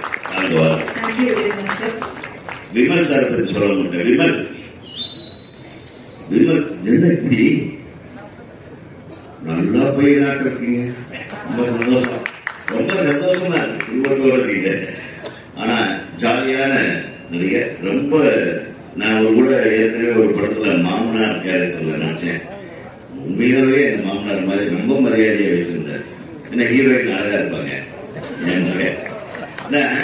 ரொம்ப நேசிக்கக்கூடிய கதாபாத்திரம். அவர் எங்க இருந்தாலும் போன் அடிச்ச உடனே எடுப்பாரு. எனக்கு அவருடைய படத்தை பார்த்து மிக வியந்து போன அவருடைய ஆக்டிங் என்ன படாது வாகை சுடவா, வாகை சுடவா, கிரேட் ஆர்டிஸ்ட். நீங்க தொடர்ந்து உங்க டைரக்டர் கூட உங்களுக்கு வேற லெவலுக்கு கொண்டுருவாரு. Wish you all the best. Thank you sir. Tamil Nadu திரைப்பட இயக்குநர் சங்கத்தின் சார்பில் எங்களுடைய மனமார்ந்த நன்றிகளை வாழ்த்துக்கிறேன். எழில் உண்மையா எழிலானவர், பேருக்கும் பொருத்தத்துக்கும் மிக சரியான நண்பர் எழில். அதாவது ஒரு பாட்டு ஞாபகத்து வரும், தங்கத்திலே ஒரு குறைவதான தரத்தில் குறைவதுன்றோ. அது மாதிரி எழில் தங்கமான ஒரு சகோதரன். எந்த பக்கம் உரசினாலும் தங்கம் தான் தெரியும். குறையே இல்லாத ஒரு சகோதரன்னா எழில் தான். துல்லாதவன் துண்ணும் பண்ணிட்டு ரொம்ப நாள் கொஞ்சம் சின்ன கேப்ல எங்களோட இருந்தார். டைரக்டர் ஸ்டூடியோல பொருளாளராக இருந்தார். ஒரு சின்ன கதை சொன்னார். சார் இது எப்படி இருக்கு சார்? தெரியல, ரிட்டையர் ஸ்டேஜ்ல இருக்கும். நான் சொல்றது 2010 இருக்கும்னு நினைக்கிறேன். 2010 இல்ல 11 ரிட்டையர் ஸ்டேஜ் மாதிரி ஆயிடுச்சு இல்லையா? யூனியன் வந்துட்டாவே ரிட்டையர் மாதிரி ஆயிடும். அதனால சரி சும்மா சொல்றாருன்னு நினைச்சேன். எக்ஸ்ட்ராடனரியா இருந்தது அந்த கதை. மனமுத்தி பரவாயில்ல, ரொம்ப அழகா இருந்தது. ரொம்ப நல்லா இருக்கு. இல்ல சார் சின்னதா நீங்க ஒரு நாள் வாங்க இமான்ட்டு கொடுத்து ஒரு சின்ன ஒரு சாங் போடணும் சார். நான் சொன்னேன் Ezhil this is the best film, உடனே நீங்க ஸ்டார்ட் பண்ணுங்க. எப்படின்னா துல்லாதம் துள்ளும் படம்லாம் தீபாவளியோ துல்லாதம் துள்ளும் இது மாதிரி படம் பிரம்மாண்டமான படங்களை பார்த்து இது சொல்லி 45வது நாள்ல அந்த படத்தோட ஃபர்ஸ்ட் காப்பி ரெடியா இருக்கு சார், நீங்க பாருங்க சொன்னார். நான் அந்த படம் பார்க்கல. ஆனா படம் ரிலீஸ் ஆகி நான் ஒரு வாரம் கழிச்சு தியேட்டருக்கு போறேன், மிகப்பெரிய வெற்றி அடைஞ்சிருக்கு. அப்ப நான் சொன்னேன் எழில் நீங்க கண்டினியூஸா இதே சேனல்ல நீங்க படத்தை ஸ்டார்ட் பண்ணுங்க. கண்டினியூஸா எழில் அது போன்ற படங்களே பண்ணும்போது எனக்கு ஒரு சந்தோஷம். நம்ம கூட இருக்கிற சக இயக்குநர்கள் மறுபடியும் வெற்றியை தொடரும்போது நம்மளோட சொல்லிக்கலாம் இல்லையா, நாமளும் வெற்றியை நோக்கி வந்துகிட்டு இருக்கோம், இல்ல நாங்க மறுபடியும் படம் பண்ணுவோம் அப்படிங்கிற மாதிரி ஒரு நம்பிக்கை எழில் சார் எப்படின்னா வந்து ஏதோ பாத்திரம் சொன்ன மாதிரி ரொம்ப அமைதியா, ரொம்ப அவர் வார்த்தையால் சொல்ல முடியாது. அவர் இருக்கிற இடமே வந்து தெரியாத இடமா இருக்கும். ஒரு தடவை வந்து ஒரு பாத்திரம் சார் தெரு ஒரு சின்ன சிக்கல் வந்தது. பார்த்ததுனால அவர் எதிரணியில் இருக்கிறார். ஆனாலும் கூட எதிரணியில சந்தர்ப்பத்தால வந்து நிக்கிற ஒரு சூழ்நிலை வந்தா கூட அந்த நட்புக்காக வந்து என்னெல்லாம் செய்ய முடியுமோ அவர் வந்து யார் எதிர்த்தாலும் யார் ஆதரிச்சாலும் அதை பத்தி பெறும் அந்த உண்மைக்கு வந்து எடுத்துக்காட்டா அந்த உண்மையான மேடையில உண்மையான மனிதனா நிற்கும் போது ஏழை பார்க்கும்போது எனக்கு ரொம்ப சந்தோஷமா இருந்தது. இன்னைக்கு இந்த மேடையில நிற்கும் போது நான் கேட்டேன், அதுக்குள்ள 25 வருஷம் ஆயிடுச்சா எழுதி பார்த்துக்க சொன்ன மாதிரி தான். பக்கத்துல இருக்கிறவருக்கு நம்ம வயசு தெரியல, நம்ம குழந்தைகளை பார்த்தாதான் நமக்கு வயசானது தெரியுது. அது மாதிரி வெள்ளி விழா படங்களை வந்து கொண்டாடலாம். வெள்ளி விழா ஆண்டு கொண்டாடும் போது அட்ராசின் எழுதி இவ்வளவு வயசாயிடுச்சா இவ்வளவு நாள் ஆயிடுச்சா அவங்களுக்கு. ஆனா அந்த படம் இப்ப எடுத்திருக்க படம் வந்து என்கிட்ட ஒரு சின்ன ஷோ காமிச்சார், சின்ன ஷோ ரீல் மாதிரி காமிச்சார். நிச்சயமா இந்த படம் வந்து எல்லா ட்ரெண்டையும் மீறி ஒரு படமா இருக்கு. அது ஏதாவது பாலிடிக்ஸ் இருக்கா, இல்ல காமெடி இருக்கா, இல்ல கதை இருக்கா, எதுவுமே சொல்ல முடியாத ஒரு ஜேர்னல் அந்த படம் வந்து. நான் கேட்டாங்க எழில் சார், எப்படி எழில் இதை நீ எப்படி யோசிச்ச? நீ ஒரு ஜேர்னல் இருந்து இன்னொரு ஜேர்னல் போறது வந்து ரொம்ப கஷ்டமா இருக்கு வந்து. ஆனா காமெடி மாதிரி இருக்கிற வந்து சின்ன ஒரு பாலிடிக்ஸ் வச்சு அரசியலே காமெடியா வந்து அதை சித்தரிச்சு யார் மனசும் கொண்டு ஒரு நோக்காங்க. அதாவது பார்க்கும்போது எல்லாம் சிரிப்பாங்க, ஆனா அவங்களதான் சொல்றது நமக்கு தெரியாது. அந்த மாதிரி அந்த படத்துல வந்து எல்லாரையுமே சொல்ற மாதிரி இருக்கு. அந்த சில நேரங்களை வந்து பாக்குறவங்க நம்ம ஒரு படம் பண்ணும்போது அரசியல்வாதிகள் கோவப்படுவாங்க, நீ என்னதான் சொன்னியா இல்ல பண்ணியான்னு வந்து கோவப்படுவாங்க. இந்த படம் எப்படின்னா எழிலோட புத்தகம் என்னன்னா அந்த படம் பார்க்கும்போது யார சொல்றோமோ அவங்களும் சேர்த்து சிரிப்பாங்க.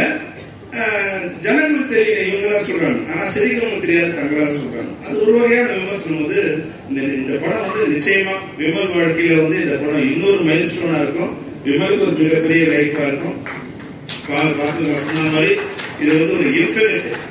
அவர் எழிலோட வெற்றி பயணம் வந்து முடிவில்லாதது.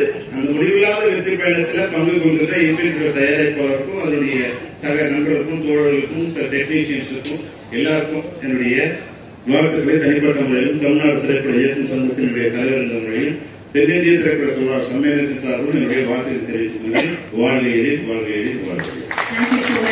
இயக்குனர் எழில் அவர்கள் திரைத்துறைக்கு வந்து 25 ஆண்டுகள் ஆனது நடந்த விழாவில் பெப்சி தலைவர்கள் பாராட்டினார். லைக் பண்ணுங்க, கமெண்ட் பண்ணுங்க, சப்ஸ்கிரைப் பண்ணுங்க. தேங்க்யூ. அப்படிங்கிற பெருமையோடு சொல்லிக்கிறேன். எனக்கு முன்னாடி எம்ஆர் இருந்தாங்க, அசோக் சார் இருந்தாங்க, பிளாக் பண்ணிருக்காங்க. ஒரு கேப்புக்கு அப்புறம் இவ்வளவு வாழ்க்கை நான் தான் சொல்றது, நான் தான் இல்ல, இந்த நான் தான் கமல்ஹாசன் உங்களுக்கு நான் சொல்ற மாதிரி, கமல்ஹாசன் சொல்ற மாதிரி இந்த நான் எனக்கு ராசி பார்க்கவே நான் தான் இல்ல, பார்க்கவே எழில் சார் எப்படின்னா எல்லாருமே டிஸ்ட்ரிக்ட் கோர்டு அந்த நேரம் கொஞ்சம் போனாரு உதயகுமார் ரைட் சொன்ன தம்பி அவரை பத்தி நான் பாட்டு நடிச்சுட்டே இருப்பேன். எழில் சார் எடுத்துட்டே இருப்பாரு, பார்த்து பேர் சத்தியமா இல்ல சார் நீங்க பாட்டு கொளுத்தி போட்டு. என்னுடைய மாலை நேரத்துக்கு வணக்கம். ஆக்சுவலா இந்த விழாவை நான் தான் எடுத்துக்கணும் எழில் சார். ஏன்னா எழில் சார் டைரக்ஷன் 13 படங்கள்ல 6 படத்துல நான் தான் இல்லை. எழில் சார் ஹிஸ்டரி பிறப்புக்கு முன்பு பின்பு தெரிகிற மாதிரி கீழு தெரிகிற மாதிரி யூனியனுக்கு முன்பு யூனியனுக்கு பின்பு அப்படின்னு தெரிவிக்கலாம். எழில் சார் வந்து தொடர்ந்து குலாமன் பெரியமலை தொட்டு பூவராமன் வாசன் அமுதன் இப்படி படங்கள் கொண்டிருக்கு. அது ஒரு பெரிய பிரேக். தீபாவளி ஒரு பிரேக் இருந்துச்சு. பிரேக் வந்ததே அவர் என்ன பண்ணாருன்னா அடுத்து படம் வந்து துடிக்கவே இல்லை. ஒரு அமைதியான இடத்துக்காக வந்து யூனியன் வந்து ஒரு பொருளாதார உட்கார்ந்தாங்க. யூனியனுக்கு குறிப்பா ஒரு பெரிய பலகை இருக்கு. யார் வந்து உட்கார்ந்தாலும் அவங்க எதிர்க்க விடாது. அந்த சேர் கம் போட்டு ஒட்டி இருக்க முடியும். இது நிறைய உதாரணம் இருக்கு. செல்வமணி சார்லாம் வந்து 20 வருஷமா அவர் எதிர்க்கவே விடாது சேர். இப்பதான் கம்பெல்லாம் ஒட்டி பிரிச்சு அவர் எதிர்க்க ட்ரை பண்ணிட்டு இருக்கேன். அது அடுத்த ஆரோக்கிய பேரரசாளர்கள்லாம் வந்து இதை நான் எதுக்கு சொல்றேன்னா அந்த சேவை வந்து ஒரு பெரிய போதை. அப்படியே வந்து உறுப்பினர்கள் அந்த சேவை செய்யும்போது பெரிய போதையாகி அப்படியே சட்டத்திலேயே நம்ம வந்து அர்ப்பணிச்சிருக்கோம். ஆனால் எழில் சார் என்ன பண்ணாரு, சேவை முக்கியம் தான், அதற்கு மேல என்னுடைய வாழ்க்கையில் முக்கியம் சொல்லி அந்த இடத்துல பொருளாதார வேலை பார்த்தாலும் அந்த பொருளாதார பதவிக்கு எவ்வளவு நியாயம் பண்ணாலும் அதே படைப்பாளனா ஒரு நியாயம் பண்ணிட்டே இருந்தார். அமைதியா ஒரு மணியில சிலர்னா அந்த மணியை ஒரு அழகான நரம்புல போட்டு மாலையாக்குற மாதிரி சின்ன சின்னதா சீட் பண்ணி ஒரு கதை பண்ணிட்டே இருந்தாரு. அந்த இடத்துல டீ பாடிக்கு ஒரு ஃபங்க்ஷன் வந்துச்சு. வழக்கமா எங்க இயக்குனர் சங்கத்தில் பாத்தீங்கன்னா மரியாதைக்குரிய இயக்குனர் யாரையுமே நம்ம காமெடியா பேச முடியாது. ஒரு பக்கம் விக்ரம் சார், ஒரு பக்கம் கே சலீமா சார், பிவா சார், யார்கிட்டயுமே நம்ம வந்து காமெடியா பேச முடியாது. எனக்கு வந்து அப்பதான் சிறுமணி சார் பார்த்தோம். ஆனா அவர் பயங்கர காமெடி சென்ஸ் சொல்றது எனக்கு அப்ப தெரியல. அவரையும் நான் சீரியஸா தான் பேசினேன். காமெடியா பேசக்கூடிய ஒரே அடையாளம் தான் எல் சார் தான். நான் படம் பக்கத்துல இருந்து ஆர்டிஸ்ட் படம் எனக்கு மூஞ்சிக்கும் என்னுடைய இது சம்பந்தமே இருக்காது. நான் வந்து காலேஜ் வந்து பெரிய என்டர்டைனர். ஃப்ரெண்ட்ஸ் வந்து நான் எல்லாம் பிக்னிக்கே போக மாட்டாங்க. காலேஜ்ல வந்து வீக்லி 2 days படத்துக்கு போன 4 ஷோ கண்டிப்பா படம் போட்டு எங்க தான் பார்ப்பாங்க. நான் எல்லாம் போக மாட்டேன். அந்த அளவுக்கு நான் காமெடி பண்ணிட்டே இருக்கேன். யாருமே தெரியாது. அந்த வழக்கு என்ன பண்ண இந்த தீபாவளி ப்ரோக்ராம் இஷ்டத்துக்கு ஏதோ டைலாக் போட்டே இருந்தா பண்ணலாம். எதுக்கு கேட்டாலும் ஒரு சீரியஸ் கேட்டு சிரிச்சிட்டே இருந்தார். எதுக்கு கேட்டாலும் சிரிச்சே இருந்தார். கண்டினியூவா ஒரு 5 நாள் தொடர்ந்து சிரிச்சிட்டே இருந்தார். ஒரு நாள் கேட்டாரு, உங்களை எந்த முட்டாக்கு எந்த உங்க வீணா இருக்குது அப்படின்னாரு. சார் இப்படிலாம் சொல்லாங்க சார், எனக்கு வாழ்க்கை வந்து வசந்தமா அவர் தான் வெயில வீணா இருந்தார். அவர் போட்ட சாப்பாடு சாப்பிட்டு இருக்கு சார். என்ன நீங்க சரியான காமெடி ப்ராடக்ட்டுங்க. இவ்வளவு காமெடி சென்ஸ்லாம் பார்க்கறது ரொம்ப ரேருங்க. நீங்க காமெடி எடுங்க அப்படின்னாரு. சார் இல்லைன்னா ஒரு 10 படம் நடிச்சாரு. இதுக்கப்புறம் யார் சார் எங்க காமெடி ஆக்க போறாங்க? இல்ல உங்க நடனம் பாருங்க. அதே நீங்களே செய்யக்கூடாது அப்படின்னா நானே படம் இல்லாம ஈவினிங்ல உட்காந்துட்டு இருக்கேன். இல்ல சார் நீங்க பண்ணுவீங்க சார். பண்ண போறேன். ஒரு 6 மாசம் வெயிட் பண்ணுங்க. ட்ரை பண்ணுங்க. அந்த கேரக்டர் நான் பண்றேன். அதுதான் மனபுத்தி பறவை. மனபுத்தி பறவையில சிவகார்த்திகேயன் சார் அறிமுகப்படுத்துறது என்னை வந்து ஒரு காமெடி அறிமுகப்படுத்தினாரு. என்னுடைய திறமையை முழுதும் அறிந்தவர் வந்து ஒரு அம்மாவுக்கு தன்னுடைய பிள்ளைகளுக்கு தெரியும், ஒரு ஆசிரியர் தன்னுடைய மாணவர்களுக்கு தெரியும். அதே போல என்னுடைய திறமையை முழுதும் அறிந்து அடுத்தடுத்த படங்கள் மனபுத்தி பறவை, தேசிக ராஜா, வேணுந்த வெள்ளக்காரன், சரவணனுக்கு பயமே, ஜெகதான கல்லாடி, இன்னைக்கு தேசிக ராஜா 2. எனக்கு பெரிய அரசு என்னன்னா தேசிக ராஜா 1 நான் தான் இல்லை, தேசிக ராஜா 2 நான் தான் இல்லை. ஒரு படத்தோட பார்ட் 1 பார்ட் 2 ஹீரோ வேணா இருக்கலாம். பார்ட் 1 அவர்தான் ஹீரோ, பார்ட் 2 தான் ஹீரோ. நான் வில்லன் இருந்து கேள்விப்பட்டீங்களா? தமிழ் இண்டஸ்ட்ரியிலே ஃபர்ஸ்ட் டைம் ஒரு படத்துல பார்ட் 1 ஹீரோ இருப்பாரு, பார்ட் 2 ஹீரோ இருப்பாரு, பார்ட் 3 ஹீரோ இருப்பாரு. ஆனா வில்லன் பார்ட் 1 பார்ட் 2 வேற தான் இருப்பாங்க. ஆனா எனக்கு ராசி பார்ட் 1 நான் தான் வில்லன், பார்ட் 2 எல் சார் எப்படின்னா எல்லாமே லிஸ்ட் கூடு அந்த வேற கொல்தி போனாரு. உதயகுமாரன் ரைட் சொன்ன தம்பி அவரை பத்தி நான் பாட்டு நடிச்சுட்டே இருப்பேன். எல் சார் எடுத்துக்கிட்டே இருப்பாரு. பார்த்து நாள் பேர் சத்தியமா அப்படிலாம் சார் நீங்க பாட்டு கொளுத்தி போட்டுறாதீங்க. எல் சாருக்கு தெரியும் அவர் உள்ளுக்கு ஒரு டிசைன் விட்டா டிசைனுக்குள்ள விளையாடுறான்னு தான் பார்ப்பாரு. ஒரு பிட்டு எக்ஸ்ட்ரா பண்ணணும் வந்துடுவார். ரவி எதுவும் வந்துடுவாரு. அவர் வேலையில முருகன் சார் வருவாரு. முருகன் சார் வேலையில ஞானசேகர் சார் வருவார். வந்துச்சு அது கொஞ்சம் அப்படியே ஏதாவது ஒரு வழியில அதை கண்ட்ரோல் பண்ணிடுவார். அவர்கிட்ட ஒரு பெரிய பிளஸ் எல்லாரும் ஒரு செய்தியோட நடிகை சொன்னார். அவர் பேர் சொல்ல இல்லை சார் அப்படியே ஜாலியா உட்காந்துருப்பாரு. அப்பா நடிச்சுட்டு போனேன். சத்தியமா பிள்ளை இல்ல, ஜாலியான உட்காந்து தொடர்ந்து வெற்றி கொடுக்கவே முடியாதுங்க. ஒரு சீரியஸ் படத்துக்கு எவ்வளவு கிளைமாக்ஸ் எவ்வளவு முக்கியமோ அப்படி ஒரு காமெடி படத்துக்கு ஒவ்வொரு சீன் முக்கியம். சீரியஸ் சீனுக்கு வந்து படத்துல இருந்து உட்காந்துருக்கோம், அழுகுறானா உட்காந்துருக்கானா தூங்குறானா ஒண்ணுமே தெரியாது. ஆனா ஸ்கிரீன்ல ஒரு காமெடி சீன் போனா கைத்தட்டு வந்தே ஆகணும். கைத்தட்டு சீன் பிளாக். அப்ப எவ்வளவு ஜாக்கிரதையா இருந்தா தொடர்ந்து காமெடி படங்களை பண்ணி இன்னைக்கு தேசிய 1 எடுத்ததே 2 எடுக்கலாம். அந்த அளவுக்கு நம்ம ப்ரொடியூசர் ரவிச்சந்திரன் சார் ஐடியா வந்துருக்காரு. பெரிய கிளவரான எல்லாம் சொன்னா இன்ஃபினிட்டி தொடர்ச்சி இருக்காங்க பாத்தீங்க சார். அவர் எவ்வளவு பெரிய கிளவர்னா இந்த படத்தோட கதை வேற. இதுக்கு தேசிய 2 வச்சா ஒரு பெரிய கேப்சர் பாயிண்ட் இல்லையா, டைட்டில் வாங்குறது அவ்வளவு தூரம் பாடுபடுறது டைட்டில் வாங்கினாரு. அதுக்கப்புறம் இது எப்படி டபுளா ஆக்குறது சார்? இல்லை சார் இதுமே எத்தனை வருஷம் ஆச்சு? 20 வருஷம் ஆச்சு. இது பெரிய பிளஸ் ஆச்சு. வீப்பெல்லாம் கூப்பிடலாங்க. இதே ஒரு மனசுலாம் போயிடு. அப்புறம் வேற என்ன பண்ணுறீங்க? போஸ்ட் ரிலீஸ் பண்ணிடலாங்க. ஒரே 2 மணி 3 மணி நடிக்கிறேன். கேப்சர் ஆச்சு, ப்ரோக்ராம் ஆச்சு. எஸ்ஏ சார் பேசினா பெரிய கண்டக்ட் நாளைக்கு சார் எஸ்ஏ சார் பேசுறதா நாளைக்கு வந்து இந்த தேசிய 2 வந்து பெரிய கண்டக்ட் எனக்கு தெரியும். அவர் பேசுறது நம்ம பேச பொறுமையெல்லாம் வருமா வராதா அப்படின்னு நாங்களே செல்வன் சார் சார் எனக்காக உட்காந்துங்க சார் விவாதம் சார் எனக்காக உட்காந்து சொன்னேன். ஆனா சரியான கண்டு கிடைச்சா உங்களுக்கு அதான் சின்ன சொன்னா பெரியவங்க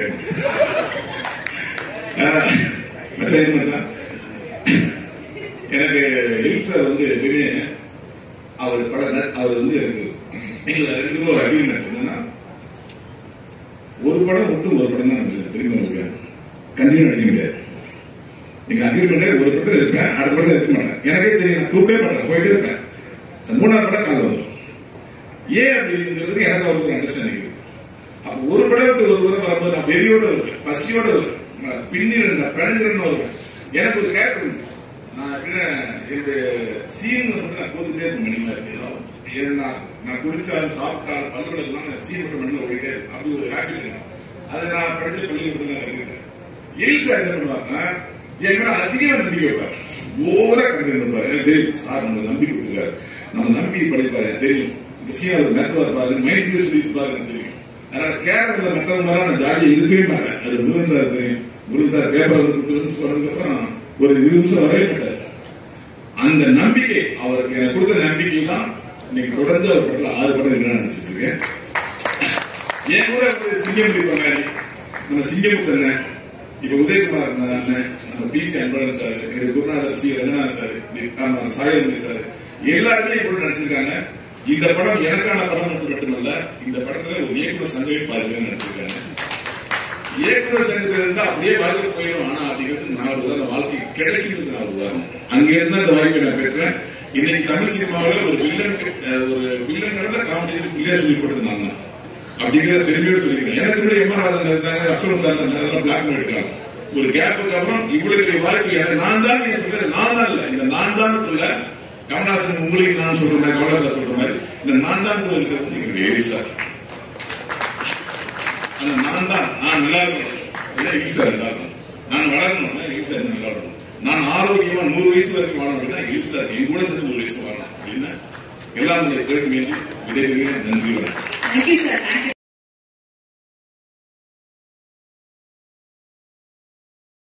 என்னையே நடிகனாக்கிருக்காரு பாருங்க, ஒரு காமெடியா இல்ல, அதான் அவருடைய காமெடி சென்ஸ். நான் தெரியாதனமா எழுதி படத்தில் நடிக்கணும்னு நான் கேட்டேன், என் வச்சு செஞ்சுட்டேன். வாழ்க்கையில மறக்க மாட்டேன் தம்பி. ஐயோ மாத்தி ரவிமறை அடிக்கடி சொல்றானே, நான் நடிக்க ஆரம்பிச்சேன்னா அது எங்க போகுதோ என் போக்குல போய் உட்கார்ந்து பாருங்க, முடிஞ்ச கடைசி முடிஞ்சுதா அப்படின்னு அவன் நல்லாதான் பண்ணியிருப்பான்.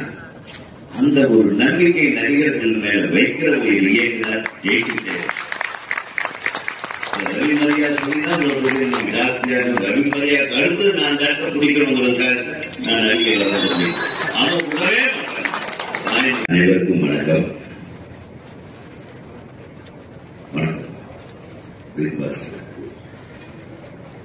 எழில் அப்படின்றது ரொம்ப எளிதான ஒரு பேர். எழிலனாலே அழகுன்னு அர்த்தம், இளமைன்னு அர்த்தம், புதுமைன்னு அர்த்தம். சோ அந்த புதுமையை நம்ம தேடி தேடி ஒவ்வொருத்தரும் பார்த்து பேச வேண்டும். தயவு பண்ணி ஒருத்தர் மேடைக்கு வாங்க சார், வாங்க நீங்க வந்தாதான் அடுத்து நான் பேசுவேன். ஒன்றும் பண்ணாதீங்க. ஷூட்டிங்ல அப்படித்தாங்க, இவர் எங்க இருக்காருன்னே தெரியாது. நம்ம பாட்டு மாங்க மாங்க நடிக்கிறது சார், எல்லாம் கரெக்டா இருக்குன்னு வாய்ஸ் மட்டும் வரும். நம்ம நடிங்க அப்படிம்பாரு. எதை நடிச்சாலும் ஏத்துக்கிற ஒரே இயக்குனர் என்னையே நடிகனாக்கிருக்காரு பாருங்க. ஒரு காமெடியா இல்ல, அதான் அவருடைய காமெடி சென்ஸ். நான் தெரியாதனமா எழுதி படத்தில் நடிக்கணும்னு நான் கேட்டேன், என் வச்சு செஞ்சுட்டேன். வாழ்க்கையில மறக்க மாட்டேன் தம்பி. ஐயோ மாத்தி மாத்தி எழில் வந்து ஆரம்ப காலம் ரொம்ப பிரமாதம். நம்ம ரவிக்குமார் சார் சொன்ன மாதிரி இவங்க எல்லாம் ஒரு வயிற்று பிள்ளைகள், ஒரு தாய் பிள்ளைகள் மாதிரி. இவங்களுக்கெல்லாம் தாய் வந்து நம்ம சௌத்ரி சார் தான். அந்த சௌத்ரி சாருக்கு தான் நம்ம முதல் நன்றியை தெரிவிக்கிறோம். ஏன்னா ஒரு மிக அற்புதமான இயக்குநர்களை இந்த தமிழ் திரைக்கு தந்தவர் நம்ம Vikraman sir, K.S. Ravikumar sir, அடுத்தது எழில் சார், இன்னும் நிறைய இந்த பட்டியல ஒரு முன்னாடி எத்தனை அவராலேயே கணக்கு தெரியா போய அப்படின்றாங்க. அப்போ புதுசா வர்ற இயக்குநர்களுக்கு ஒரு வாழ்க்கையை கொடுக்கிற ஒரு தயாரிப்பாளரை நம்ம எப்பவுமே வந்து மறக்க கூடாது. இன்னைக்கு வரையில அவர் வந்து ஒரு தயாரிப்பு ஸ்தானத்துல தான் வச்சிருக்கேன் அப்படின்னு எங்களுக்கு சொல்லுவாரு. அதுக்கு ஒரு பெரிய ஹேட்ஸ் ஆஃப். அதனாலதான் 25 ஆண்டுகள் சினிமாவில் வந்து நான் தான் சொல்லிக்கலாம். ஆனா 25 வருஷம் டைரக்ட் பண்ணிட்டு இருக்காரு பாருங்க, அது ஒரு பெரிய விஷயம் இல்லையா? கைத்தறிட்டே இருக்கணும். எல்லாரும் தண்ணியா இருக்கு. இந்த கைத்தட்டல் தான் எங்களுக்கு இன்னொரு 25 வயசு எங்களுக்கு சுமக்க போகுது. அதனால அந்த கைகள் தான் சுமக்கணும். அந்த கைகளை தட்டிட்டே இருந்தேன். அது மட்டும் இல்ல, இவர்கிட்ட ரொம்ப எளிமையோட முதல்வனா இருக்காரு. எளிமைன்னு பேர் வச்சாலும் இவ்வளவு எளிமையா இருக்கக்கூடாது.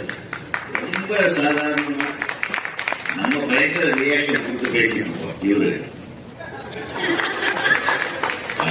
நான் சொன்னது கரெக்டா தப்பா?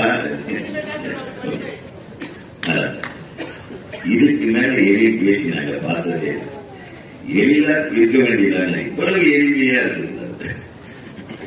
அவருக்குள்ளேயே பேசிக்கிறாரு. அப்புறம் நம்ம தம்பி ரவிமரி அடிக்கடி சொல்றானே, நான் நடிக்க ஆரம்பிச்சேன்னா அது எங்க போகுதோ என் போக்குல விட்டு போய் உட்கார்ந்து பாருங்க, முடிஞ்ச கடைசியில் முடிஞ்சுதா அப்படின்னு. அவன் நல்லா தான் பண்ணியிருப்பான்.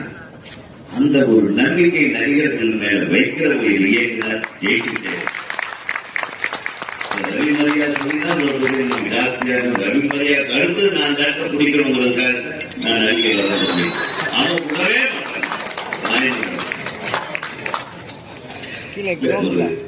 நாடு எங்க காமெடியா பேசலாம். இவருடைய முதல் படம், அதாவது துல்லாதமான தொழில் வந்து அவ்வளவு ஒரு பயத்திக்கான ஒரு படம். பெரிய காமெடியே கிடையாது. காமெடி இருக்கா? கதை அவ்வளவு அழகான சுந்தரனையும் விஜய் வச்சு ஒரு ரொம்ப ஆச்சரியப்பட்ட படம். அந்த ஏழுக்கு என் கண்ணிலே நிற்கிறார். அதுக்கு அடுத்தது அஜித் சார் படம் சொல்லலாம். அதுல பாடல் நம்ம இசையமைப்பாளர் இருக்காரு வித்யாசாகர் இருக்காரு. போயிட்டார் வித்யாசாகர் ரொம்ப சுப்பீரியர், ரொம்ப கிரியேட்டிவான ஒரு இசையமைப்பாளர். நானும் அவர் கூட ஒரு படம் பண்ணேன். உங்களுக்கு அந்த பாட்டு என்ன பாட்டு அது? திருமண மலர்கள்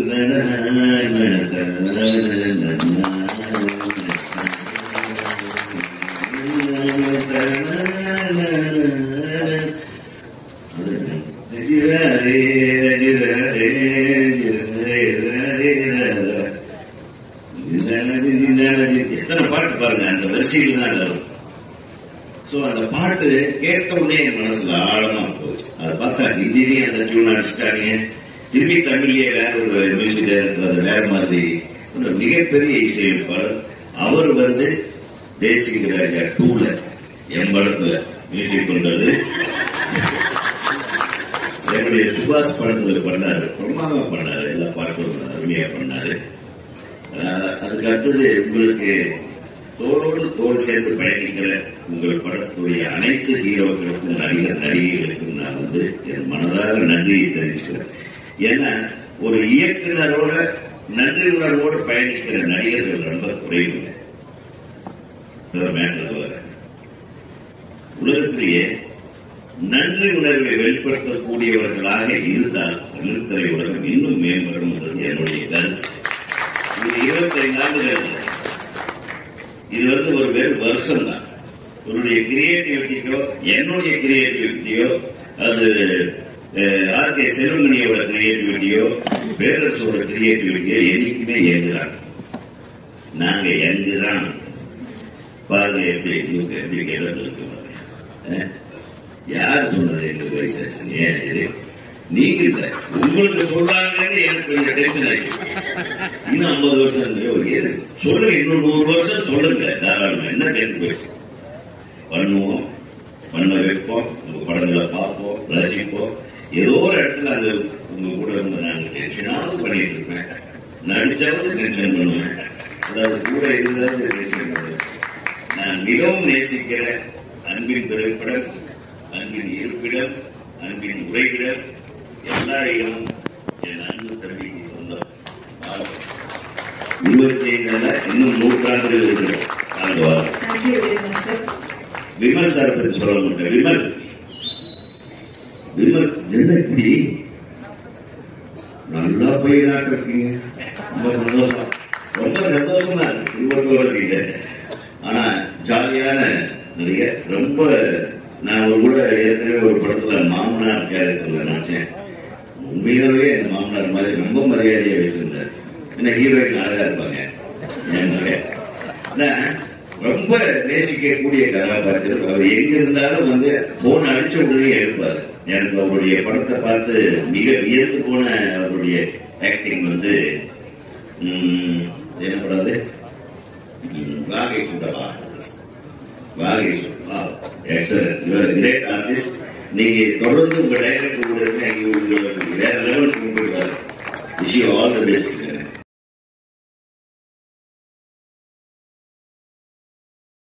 ட்ரெயின் பக்கத்தில் வரும்போது நாங்கள் ஆன் பண்ணாங்க. அது கீழே ட்ரெயின் வந்ததுல இந்த நாகரா சத்தமே கேட்கல. ராணி அப்படியே நின்றுட்டு இருக்கு. டைரக்டர் முடிக்கிறாரு. நாங்கள் என்ன எல்லாருக்குமே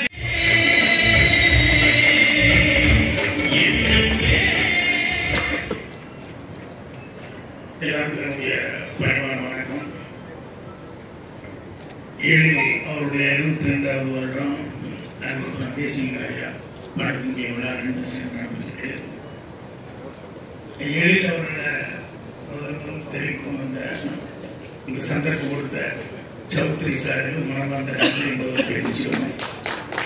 ஏன்னா அவர் நிறைய பேர்த்து அந்த மாதிரி நிறைய டெக்னீஷியன்ஸ் வந்து அதுவும் டைரக்டர்ஸ் குறிப்பாக வந்து நிறைய பேர்த்த வந்து அவருக்கு சொல்லியிருக்காரு. அடுத்தபடியாக இப்போ இவ்வளோ சிறப்பாக இந்த 25வது வருடம் இந்த தயாரிப்பாளர் ரவிச்சந்திரன் அவர்களுக்கும் என்னுடைய நன்றியை தெரிவிச்சுக்கிறேன்.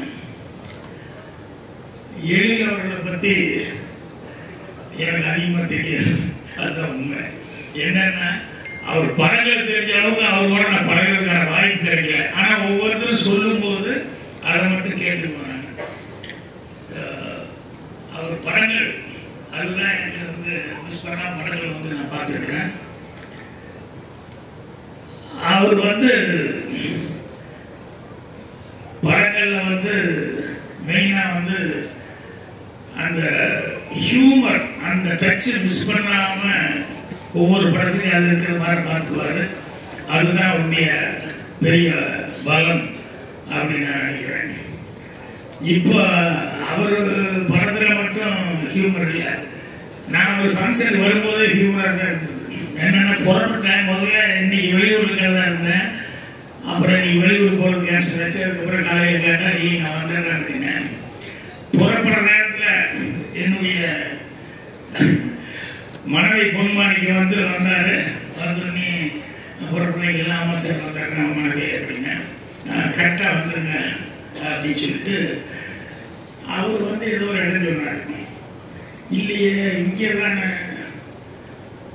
அப்படின்னு சொல்லிட்டு நான் கேட்டேன். இல்லை தெளிவாக வந்து வேற ஒரு இடத்த சொன்னார். அப்புறம் என்ன மனைவி கொஞ்சம் கரெக்டாக இது பண்ணி இல்லை எனக்கு பிஆர்ஓ ஜான்சன் கரெக்டாக அனுப்பிச்சிட்டார் சார், நான் கையிலேயே வச்சுருக்கேன் 4th floor அப்படின்னாரு. என்னடா அப்படின்னு சொல்லி கன்ஃபியூஸ் ஆகுது அப்படின்னு சொல்லிட்டு அப்புறம் எதுக்கும் இன்னொரு செக் பண்ணுங்க அப்படின்னேன். அப்புறம் செக் பண்ணிட்டு இவர் அவரை திட்டிகிட்டு இருக்காரு, அப்புறம் இவரை திட்டிகிட்டு இருக்காரு. அப்புறம் கடைசியில் இல்லை இங்கே தான் இந்த ஹோட்டலில் தான் அப்படின்னா. அப்புறம் வந்ததுக்கப்புறம் பார்த்தா நான் நேரம் அப்படி போயிட்டேன். அப்புறம் அங்கேருந்து ஒரு ஆள் வந்து பிடிச்சி வந்து இங்கே சார் ஃபங்க்ஷன் அங்கே நடக்குது அப்படின்னு சொல்லி கூப்பிட்டுருந்தேன். ஸோ அவர் சம்மந்தப்பட்டது எல்லாமே ஹியூமராக அவர் அப்படின்னா அவருடைய படங்களில் அந்த ஹியூமர்கள் தான் எப்பவும் பேசப்படும். அது எனக்கு ரொம்ப பிடித்தமான ஒரு விஷயம். அப்புறம் அவரை பற்றி சொல்லும்போது எல்லாருக்குன்னா ஒருத்தர் கேரக்டரை வந்து ஈஸியாக வெளியிருந்தால் கூட அந்த பழகினா கூட எப்போ இவ்வளவு ஹீரோக்கள் கூட படம் பண்ணாரோ அதுலேயே வந்து எந்த அளவு தன்மையாக படம்னா இத்தனை ஹீரோக்கிட்டையும் காட்சிக்கு வாங்கி படம் பண்ண முடியும் அப்படிங்கிறது வந்து ஈஸியாக நம்ம வந்து ஃபாலோ பண்ணிக்கலாம். ஸோ அவ்வளவு ஹீரோக்கள் கிட்ட வந்து அவ்வளோ தூரம் வந்து அவர் சித்திரவசனம் கூட சொல்லிட்டு இருந்தார். திறமைகள் அப்படிங்கிறத விட அந்த பழகிற தன்மை அந்த கேரக்டர் அப்படிங்கிறது வந்து ரொம்ப இம்பார்ட்டன்ட். ஸோ அவருடைய அந்த குணாதிசயம் வந்து ரொம்ப பாராட்டப்பட வேண்டிய ஒரு குணாதிசயம். ஸோ வந்து கொஞ்ச நேரம் வரைக்கும் உடனே வந்து வாங்க நாங்கள் இருப்பார் கொஞ்சம் எளிய பற்றி என்னெல்லாம் பேசுகிறாங்க கேட்டுக்கிட்டு வரேன் அப்படின்னு இருந்தாலும் சீக்கிரமாக வந்து கூப்பிட்டாங்க. அதனால் அவர் வந்து அந்த தேசிய ராஜா படங்களோட வந்து ஹியூமருக்கு அதிகமாக விமல் இவங்களாம் வச்சு ஹியூமருக்கு அதிகமாக இம்பார்ட்டன்ஸ் கொடுத்து தான் எடுப்பார்னு நினைக்கிறேன். அப்புறம் வித்யாசாகர் எனக்கு ரொம்ப பிடித்த மெலடி அவர் பாட்டு எப்பவுமே மலரே மௌனமா அந்த பாட்டு எப்பவுமே ஹம் பண்ணிட்டு இருப்பார். ஸோ அவரை பார்க்கும்போதெல்லாம் அந்த பாட்டு தான் எனக்கு மைண்டுக்கு வந்துகிட்டே இருக்கும்.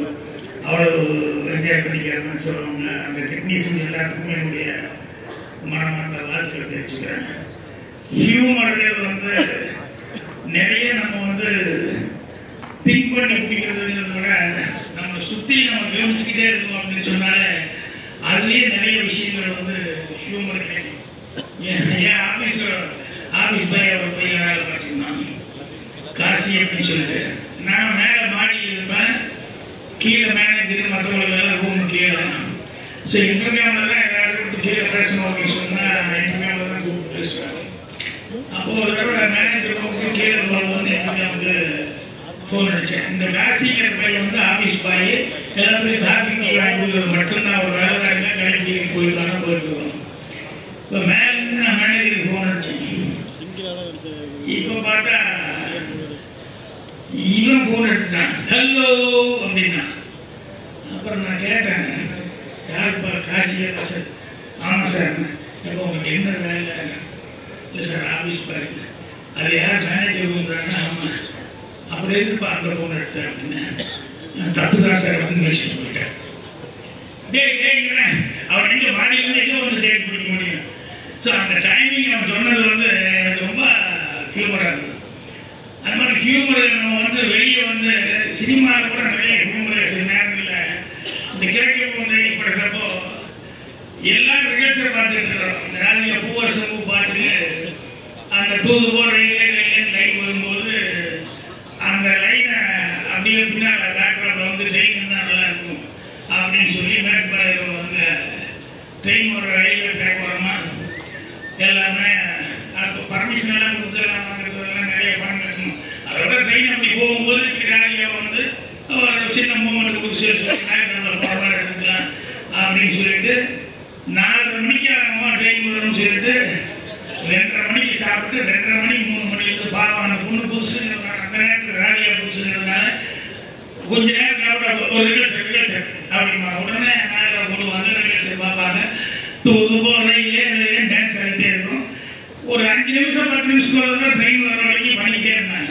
மிஸ்டேக் பண்ணிக்கூடாது, கரெக்டாக ட்ரெயின் ஒரு தடவை மிஸ் பண்ணிட்டோம்னா ஒரு நாளைக்கு தான் கஷ்டம். அது இது நல்லா சொல்லி சொல்லி சொல்லி சொல்லி திருப்பி டான்ஸ் ஆட வச்சுட்டே இருந்தோம். அதுக்கப்புறமா வந்து ட்ரெயின் வரும்போது ரெடி மிஸ் பண்ணிக்காத அப்படின்னு சொல்லி சொன்னேன். ட்ரெயின் பக்கத்தில் வரும்போது நாங்கள் ஆன் பண்ணாங்க.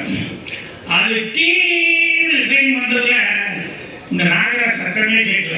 ராணி அப்படியே நின்றுட்டு இருக்கு. டைரக்டர் முடிக்கிறாரு. நாங்கள் என்ன எல்லாருக்குமே தெரியும், அது வந்து அந்த ட்ரெயின் சத்தத்தில் யாருக்குமே எதுவுமே கேட்கல. ராணியாவும் திருப்பி முடிச்சுட்டு டைரக்டர் நாங்கள் அப்பதான் ரிலீஸ் பண்றோம். இந்த ட்ரெயின் வந்தால் இவ்வளோ பக்கத்தில் வரும்போது எவ்வளோ சத்தம் வருது ஒன்றும் கூட யோசிக்காம அதுக்கப்புறம் எல்லாரும் சைலண்டாக அப்படியே பார்க்கணும். எல்லாத்துக்குமே சிரிப்பு வந்துருச்சு. என்னென்னா இன்னைக்கு அவ்வளோதான், ஒன்றும் பண்ண முடியாது. அப்புறம் அடுத்த நாள் வந்து வேற எங்கேயோ தூரம் ஒரு இடத்துல வச்சுக்கிட்டு அந்த ட்ரெயின் எங்கேயோ லாங் சைடில் வர மாதிரி கம்போஸ் பண்ணி இருக்கிற மாதிரி. ஸோ அதனால் ஹியூமர்கள் வந்து நம்ம நிறைய விஷயங்கள் நம்ம சுற்றி நம்ம கவனிச்சுக்கிட்டே இருந்தாலே நமக்கு நிறைய ஹியூமர்கள் கிடைக்கும். ஸோ எலி படங்களில் வந்து நிறைய அந்த இவருடைய அந்த ஹியூமர் நினைச்சு ரசிக்கிற அளவுக்கு எப்போ பார்த்தாலும் ரசிக்கிற அளவுக்கு நான் கவுண்டமணி செந்தில் அந்த வாழைப்பட காமெடி மாதிரி அது எப்போ பார்த்தாலும் திருப்பி ரசிக்கிற அளவுக்கு இருக்கும்.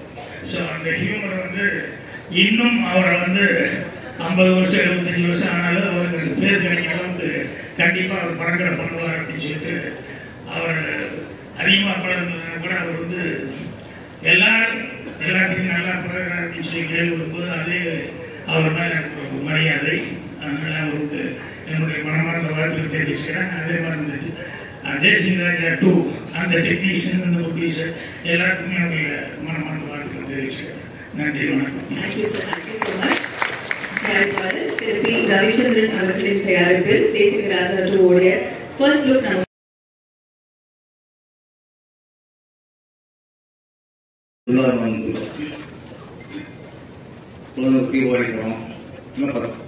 எப்படி டக்குனு காமெடிக்கு மாறினது ஷாக்கா இருக்கு.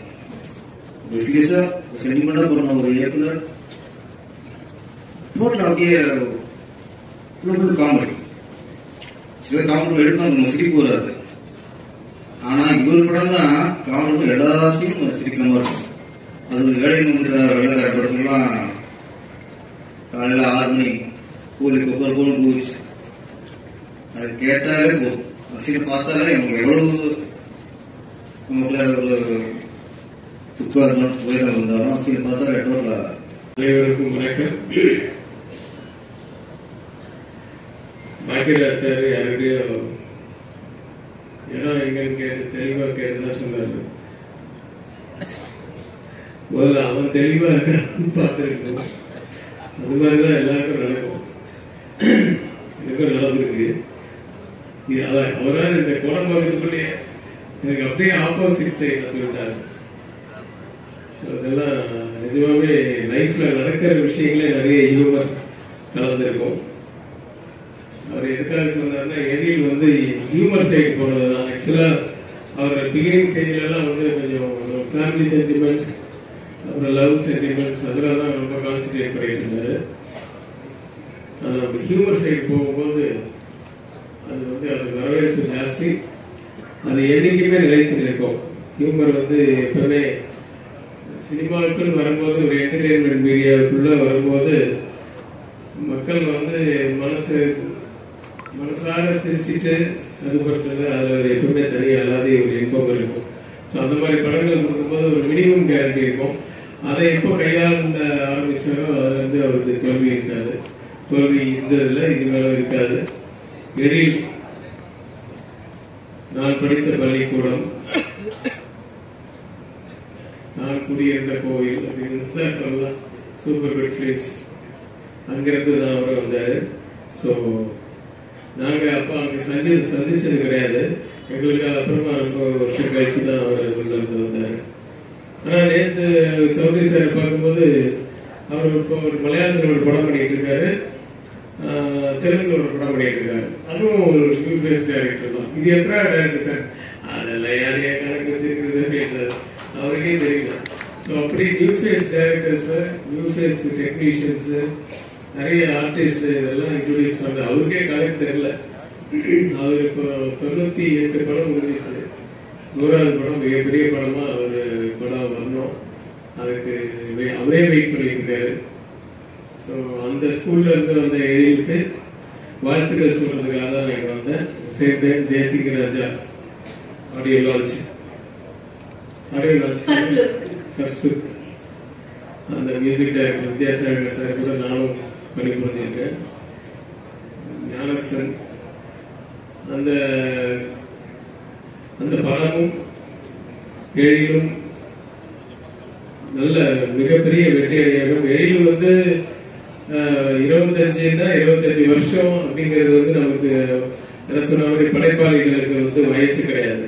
அவர் என்றும் 25 வயசாக இருக்கட்டும். 25 வயசா மைண்ட்ல இருந்தாதான் கதைகளும் வரும், ஹியூமரும் வரும், காட்சிகளும் வரும். அப்படி இயக்கக்கூடிய ஒரு திறமைசாலியான ஒரு இயக்குனர். எனக்கு வாழ்த்த வயது இருக்கு, அதனால வாழ்க்கை பல்லாண்டு எழில். இன்னும் நிறைய படங்கள் பண்ணணும். ஏன்னா 50 படம் பண்ணும்போது இன்னும் கொஞ்சம் கம்மியாயிடும். அதை பத்தி ஏதாவது கவலைப்பட வேண்டாம். நேற்று கூட லால்செல்லாம் பாடிய வச்சுட்டு போயிருந்தேன். அதை பத்தி ஏதாவது கவலைப்பட்டாங்க. இன்னைக்கு சூப்பர் ஸ்டாராக இருக்காரு. ஸோ அதுக்கு சம்பந்தம் இல்லை, அதனால இது அடிக்கடி தேவாதீங்க. ஸோ வயசு ஆனாலும் என்னைக்குமே வந்து சினிமாக்காரங்களுக்கு அது ஒரு இளமை இது கொடுக்கும். காரணம் வந்து இந்த நம்மளுடைய கற்பனைகள், அந்த மாதிரி கற்பனைக்கு வயசே கிடையாது.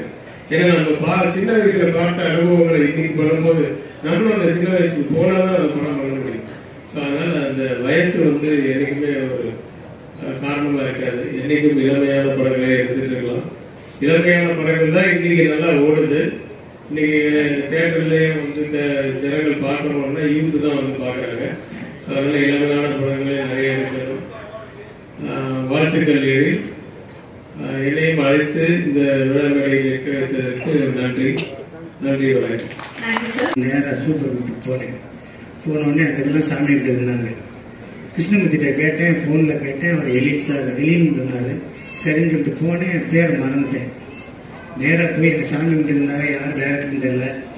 எலிசாட்டே கேட்டேன், இங்கே கலீல்னு ஒருத்தர் இருக்காரு, அவர் யாருன்னு கேட்டேன். கலீலா? யார் கலீல்? கலீல்னு ஒருத்தர் இருக்காரு, அவர் கிருஷ்ணமூர்த்தி பாலகிருஷ்ணா, அதான் கலீல் அப்படின்னு. கலீல்லாம் இங்கே யாரும் இல்லைப்பா அப்படின்னு. கலீலூர் ரகுமான் அப்படிலாம் யாருமே இல்லை அப்படின்னாரு. சரின்னு சொல்லிட்டு அப்படியே வந்துட்டேன். வந்ததுக்கப்புறம் ஒரு 4 நாள் கழிச்சு தினத்தந்தியில் ஒரு போட்டோ பார்த்தேன். என்னடான்னு பார்த்தா இந்த ஆள்கிட்ட தான் நான் போய் கலீல்னு கேட்டேன், நான் எப்படி சேர்ப்பாரு அப்படின்னு சொல்லிட்டு திருப்பி கிருஷ்ணமூர்த்திக்கு ஃபோன் பண்ணேன். ஏடா அந்த ஆள்கிட்டே போய் கலீல்னு கேட்டிருக்கீங்க, உன்னை எவ்வளவு பிரில்லியன்ட் நினைச்சு அவர் சேர்ப்பாரு, நீ பேசாம நம்ம அப்புறம் பார்த்துக்கலாம்ல அப்படின்னால சரின்னு சொல்லி விட்டுட்டேன். இப்போ சிவகார்த்திகேயன் வந்து ஒரு கொண்டா சிட்டி வாங்கியிருந்தாரு. அந்த படம் 3-3 ஷூட்டிங் இது அவரோட டிவி ப்ரோக்ராம் எல்லாம் முடிச்சுட்டு அவர் வந்தார். நான் வந்து ஒரு ட்ரெயினை பஸ்ஸை மிஸ் பண்ணிட்டேன். நீங்கள் வேணா ஹீரோவோட வந்துடுங்க அப்படின்னாரு. நான் அவரோட காரில் ஏறி அங்கே போனோடனே மறுநாள் பார்த்தேன். ஒரு சாங்கெல்லாம் நல்லா இருந்துச்சு. நான் சார்கிட்ட சொன்னேன், சார் நல்லா டான்ஸ் ஆடுறாப்புல, இன்னும் நான் டைலாக்லாம் நல்லா பேசுகிறாப்புல. அப்படியா, சரி சரி அப்படி. அப்போ நம்ம அவருக்கு ஒரு 2 லட்ச ரூபா கொடுத்து ஒரு அட்வான்ஸை கொடுத்துருவோம் சார் அப்படின்னு. கூடவே கொடுப்போம் போலே, இருங்க நம்ம கொடுத்துருவோம் அப்படின்னாரு. கொஞ்ச நாள் கழிச்சு ப்ரொடியூசர் ரமேஷ் சார் வந்தார். அவர்கிட்டையும் சொன்னேன், நல்லா நடிக்கிறார் சார், ஒரு 2 லட்ச ரூபா அவருக்கு அட்வான்ஸை கொடுத்துருவோம், கூடவே கொடுத்துருவோம்னாங்க. சரி சரின்னு பார்த்துட்டே இருந்தேன். எல் சாரோட ஃப்ரெண்டு ஒருத்தர் வந்தார். அவர்கிட்டையும் சொன்னேன், கூட ஒரு 2 லட்ச ரூபா கொடுத்துருங்க, நீங்கள் ப்ரொடியூசர் தானே, கொடுங்க சார், நல்ல ஹீரோன்னு. அவர் சரின்ட்டு போயிட்டார்.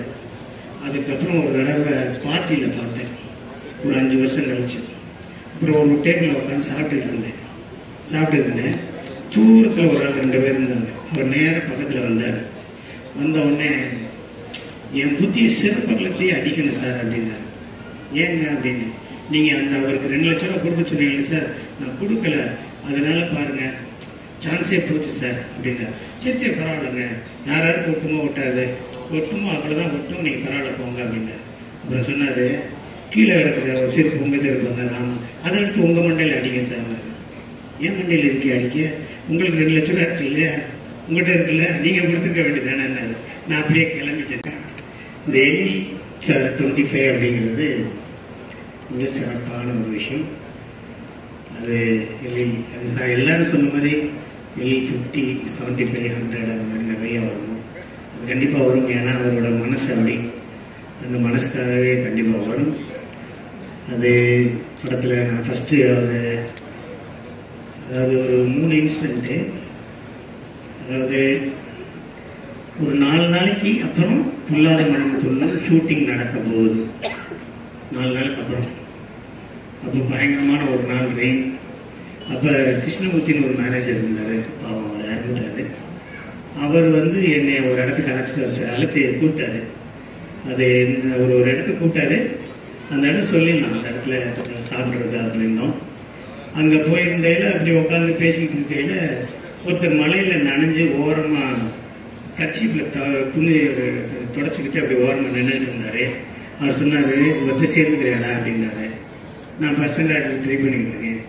சுந்தர்சி சார்ட்டையோ பாலா சார்ட்டையோ ஒர்க் பண்ணுறதுக்கு முன்னாடி அவர்கிட்ட சேர்ந்துக்கிறேன் கிருஷ்ணமூர்த்தி. யார் இவர் அப்படின்னு. இவர் தான் சூப்பர் படம் பண்ண போகிறாரு, விஜய் சார் தான் ஹீரோ, நீ சேர்ந்துக்க அப்படின்னாரு. அப்படியா, அங்கே உட்காந்துருக்காரு, அவர் யாரோடய பேசிக்கிட்டு இருக்காரு, இப்போ வருவார் சொல்கிறேன் அப்படின்னாரு. நானும் பக்கத்தில் போய் வணக்கம் சார் அப்படின்னேன். அவரும் சரின்னு சொன்னார். கிருஷ்ணமூர்த்தி என்கிட்ட சொன்ன பேர் வந்து எல் சார். அவர் கொஞ்ச நேரம் இருந்துட்டு எனக்கு வேலை இருக்குது நான் கிளம்புறேன்ட்டு போனார். சரியாக ஃபேஸை பார்க்கல, போயிட்டார்.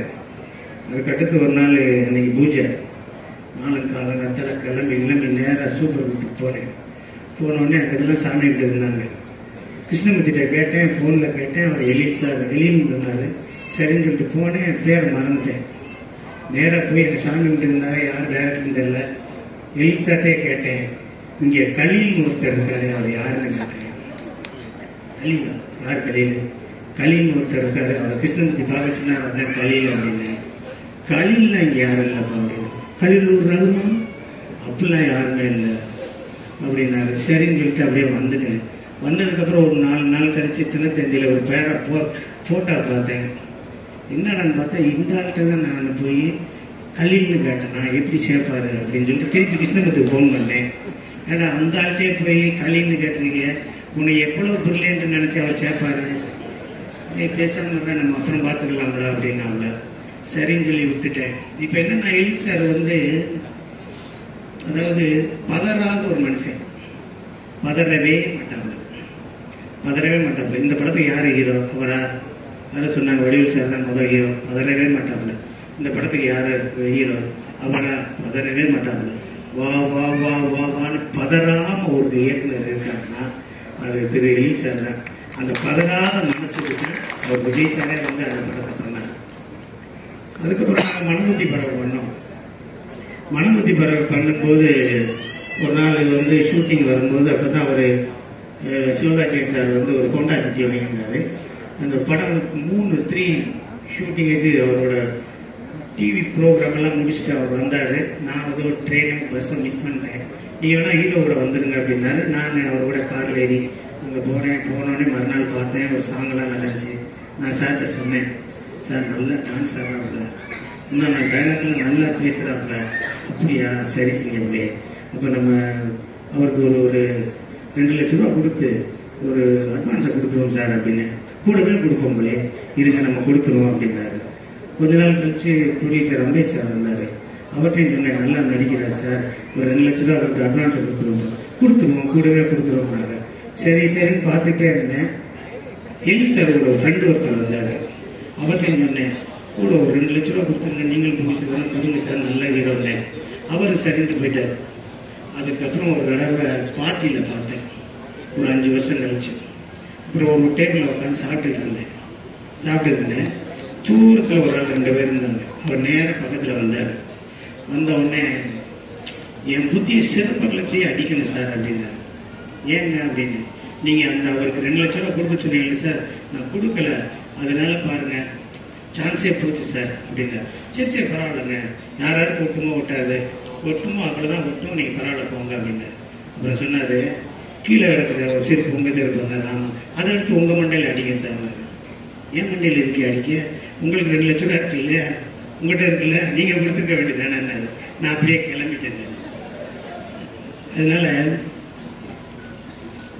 ஒரு இன்னைக்கு இருக்க சினிமாவில் வீட்டிலேருந்து கிளம்பி கார் எடுத்துட்டு ஏசியை போட்டு ஒரு வேலையை பார்த்துட்டு ஒரு 25 கிலோமீட்டர் போய் வேலையை பார்த்துட்டு திருப்பி அதே மாதிரி ஏசியை போட்டு வீட்டுக்கு வந்து அந்த இயக்குனராக வாழும்போதும் சரி, நடிகராக வாழும்போது அதுக்கு ஒரு மிகப்பெரிய கொடுப்பினை வேணும். அது எல்லாருக்கும் கிடைச்சிடாது, யாருக்குமே அது கிடைக்காது. அந்த அளவுக்கு நம்மளை கடவுள் வச்சிருக்காரு அப்படின்னு சொல்லும்போது அதை வந்து கடவுளுக்கும் நன்றி சொல்லி, நம்ம செய்கிற தொழிலுக்கும் நன்றி சொல்லி நல்லா இருக்கணும் அப்படிங்கிறது தான் என்னோட எண்ணம். நான் ஒரு படம் ஆரம்பிக்கிறேன்னு சொல்லி காவேரி ஸ்ட்ரீட்டில் ஆஃபீஸ் போட்டிருந்தேன். ஆஃபீஸுக்கு போட்டிருக்கும்போது ஒருத்தர் வந்தார், ரைட்டரு. அவர் வந்த உடனே சிஎப்ல எப்படி இருக்க, இன்னைக்கு சீன் சொல்லிடு அப்படின்னு சொல்லி பேசிக்கல, சார் வந்துட்டார், ஏசி போடு அப்படின்னு. அப்படியே பார்த்தாரு, இன்னும் ப்ரொடியூசர் சிக்கலையா அப்படின்னாரு. உங்களுக்கு எப்படி தெரியும் அப்படின்னு. ஆள் வந்தோடனே ஏசியை போட்டால் ப்ரொடியூசர் சிக்கலைன்னு அர்த்தம்ப்பா, ஏசி ஓடிக்கிட்டே இருந்துச்சுன்னா ப்ரொடியூசர் இருக்காருன்னு அர்த்தம் அப்படின்னாங்க. உண்மையிலே நான் சொல்றேன், எழில் சார் ஆஃபீஸில் எப்பயுமே ஏசி ஓடிக்கிட்டே இருக்கணும், அதுதான் என்னோட ஆசை. அவருடைய நல்ல எண்ணத்துக்கு அது நல்லா இருக்கும். நிறைய பேர் சொன்னாங்க, பண்ணுங்க பண்ணுங்க பண்ணுங்க, எஸ் எழில் சார், எஸ் எஸ் எஸ் எஸ்ன்னாங்க. என்கிட்ட சொன்னாரு, பண்ணுங்க பண்ணுங்க பண்ணுங்கன்னாரு. ஆனால் அவருக்கு வேணுங்கிறது மட்டும்தான் வச்சுட்டு மற்றதெல்லாம் எடுத்து வெட்டி ஒரு டப்பாவில் வச்சிருந்தார். வந்தா செய்யப்படி எடுத்துக்கங்கன்னு. ஸோ அவர் வேணுங்கிறத தான் எடுப்பார். அவர் வந்து ஒரு நல்ல மனிதர். அந்த மனிதர் இன்னும் சினிமாவில் இன்னும் நிறைய படங்கள் பண்ணி நிறைய உதவி இயக்குநர்களுக்கு லைஃப் கொடுத்து நிறைய நடிகர்களை வாழ வைக்கணும். அவரும் சிறந்த அவர் ஃபேமிலியோட குடும்பத்தோட ரொம்ப சந்தோஷமாக வாழணும் அப்படிங்கிறது தான் என்னோட எண்ணம். வாழ்க எழில் சார், வாழ்க எழில் சார், வாழ்க. எனக்கு ஒரு காமெடி படம் சொன்னாரு. காமெடி படம்னாலே யூனிவர்சல் ஆடியன்ஸ் எல்லாருக்கும் பிடிச்ச ஒரு ஜானர் காமெடி. ஸோ நான் சொன்னேன், ஓகே ஸ்டோரி கேட்கலாமான்னு. அதுக்கப்புறம் ஐ மெட் எரன் சார் அண்ட் பிரீஃபா ஸ்டோரி சொன்னாரு. And then he told me it is Desinga Raja 2. I was so excited, so happy. ஏன்னா தேசிங்க ராஜா எவ்வளவு பெரிய ஹிட்னு எனக்கு தெரியும். அண்ட் ஸோ அதுக்கப்புறம் நான் என்னோட ஃப்ரெண்ட்ஸ்க்கு சொன்னேன் அண்ட் சில பேர் லைக் தமிழ் பீப்புளுக்கு சொன்னேன் அண்ட் பூஜா செரிமனியோட வீடியோ நான் ஷேர் பண்ணேன் and so many people, my inbox, my Instagram was filled with messages and DMs. Evlo positive talk, evlo positive messages.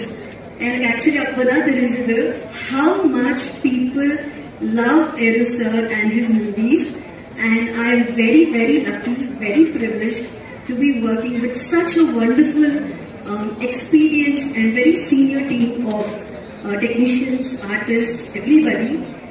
Thank you so much for the opportunity, and congratulations to the whole team of Desingaraja too. I think we are going to bring an amazing film in front of all of you, and thank you Pujita and Harshita. Over to Harshita. Yes, Ingula ellarkum vanakkam. So firstly, Elsa, congratulations on reaching the 25-year mark in the industry. Also, idu enoda model film, and na romba perumaya padra. Edukana I'm part of Elsa film in a very significant role, and I have heard a lot of Sir's work, and also his very attitude towards actors and everything. So our Yapum, he's never like this Periya director. He's been very very sweet, and also producer sir Ravi sir Pati Kandipa Pesunum. Edukana, he's like a father figure to me, and he's been very very supportive. And also I must definitely thank these two people for this wonderful launch. Either way, better launch I cannot expect for us. So be it Jaya, Bala sir, Vimal sir, Yellaru, they've been very very supportive and nice to me. So ellarkum nandri. Thank you Harshita. Hi all, ellarkum vanakkam. This is my first Tamil movie. Thank you so much sir for giving me this opportunity. I'm so happy and excited to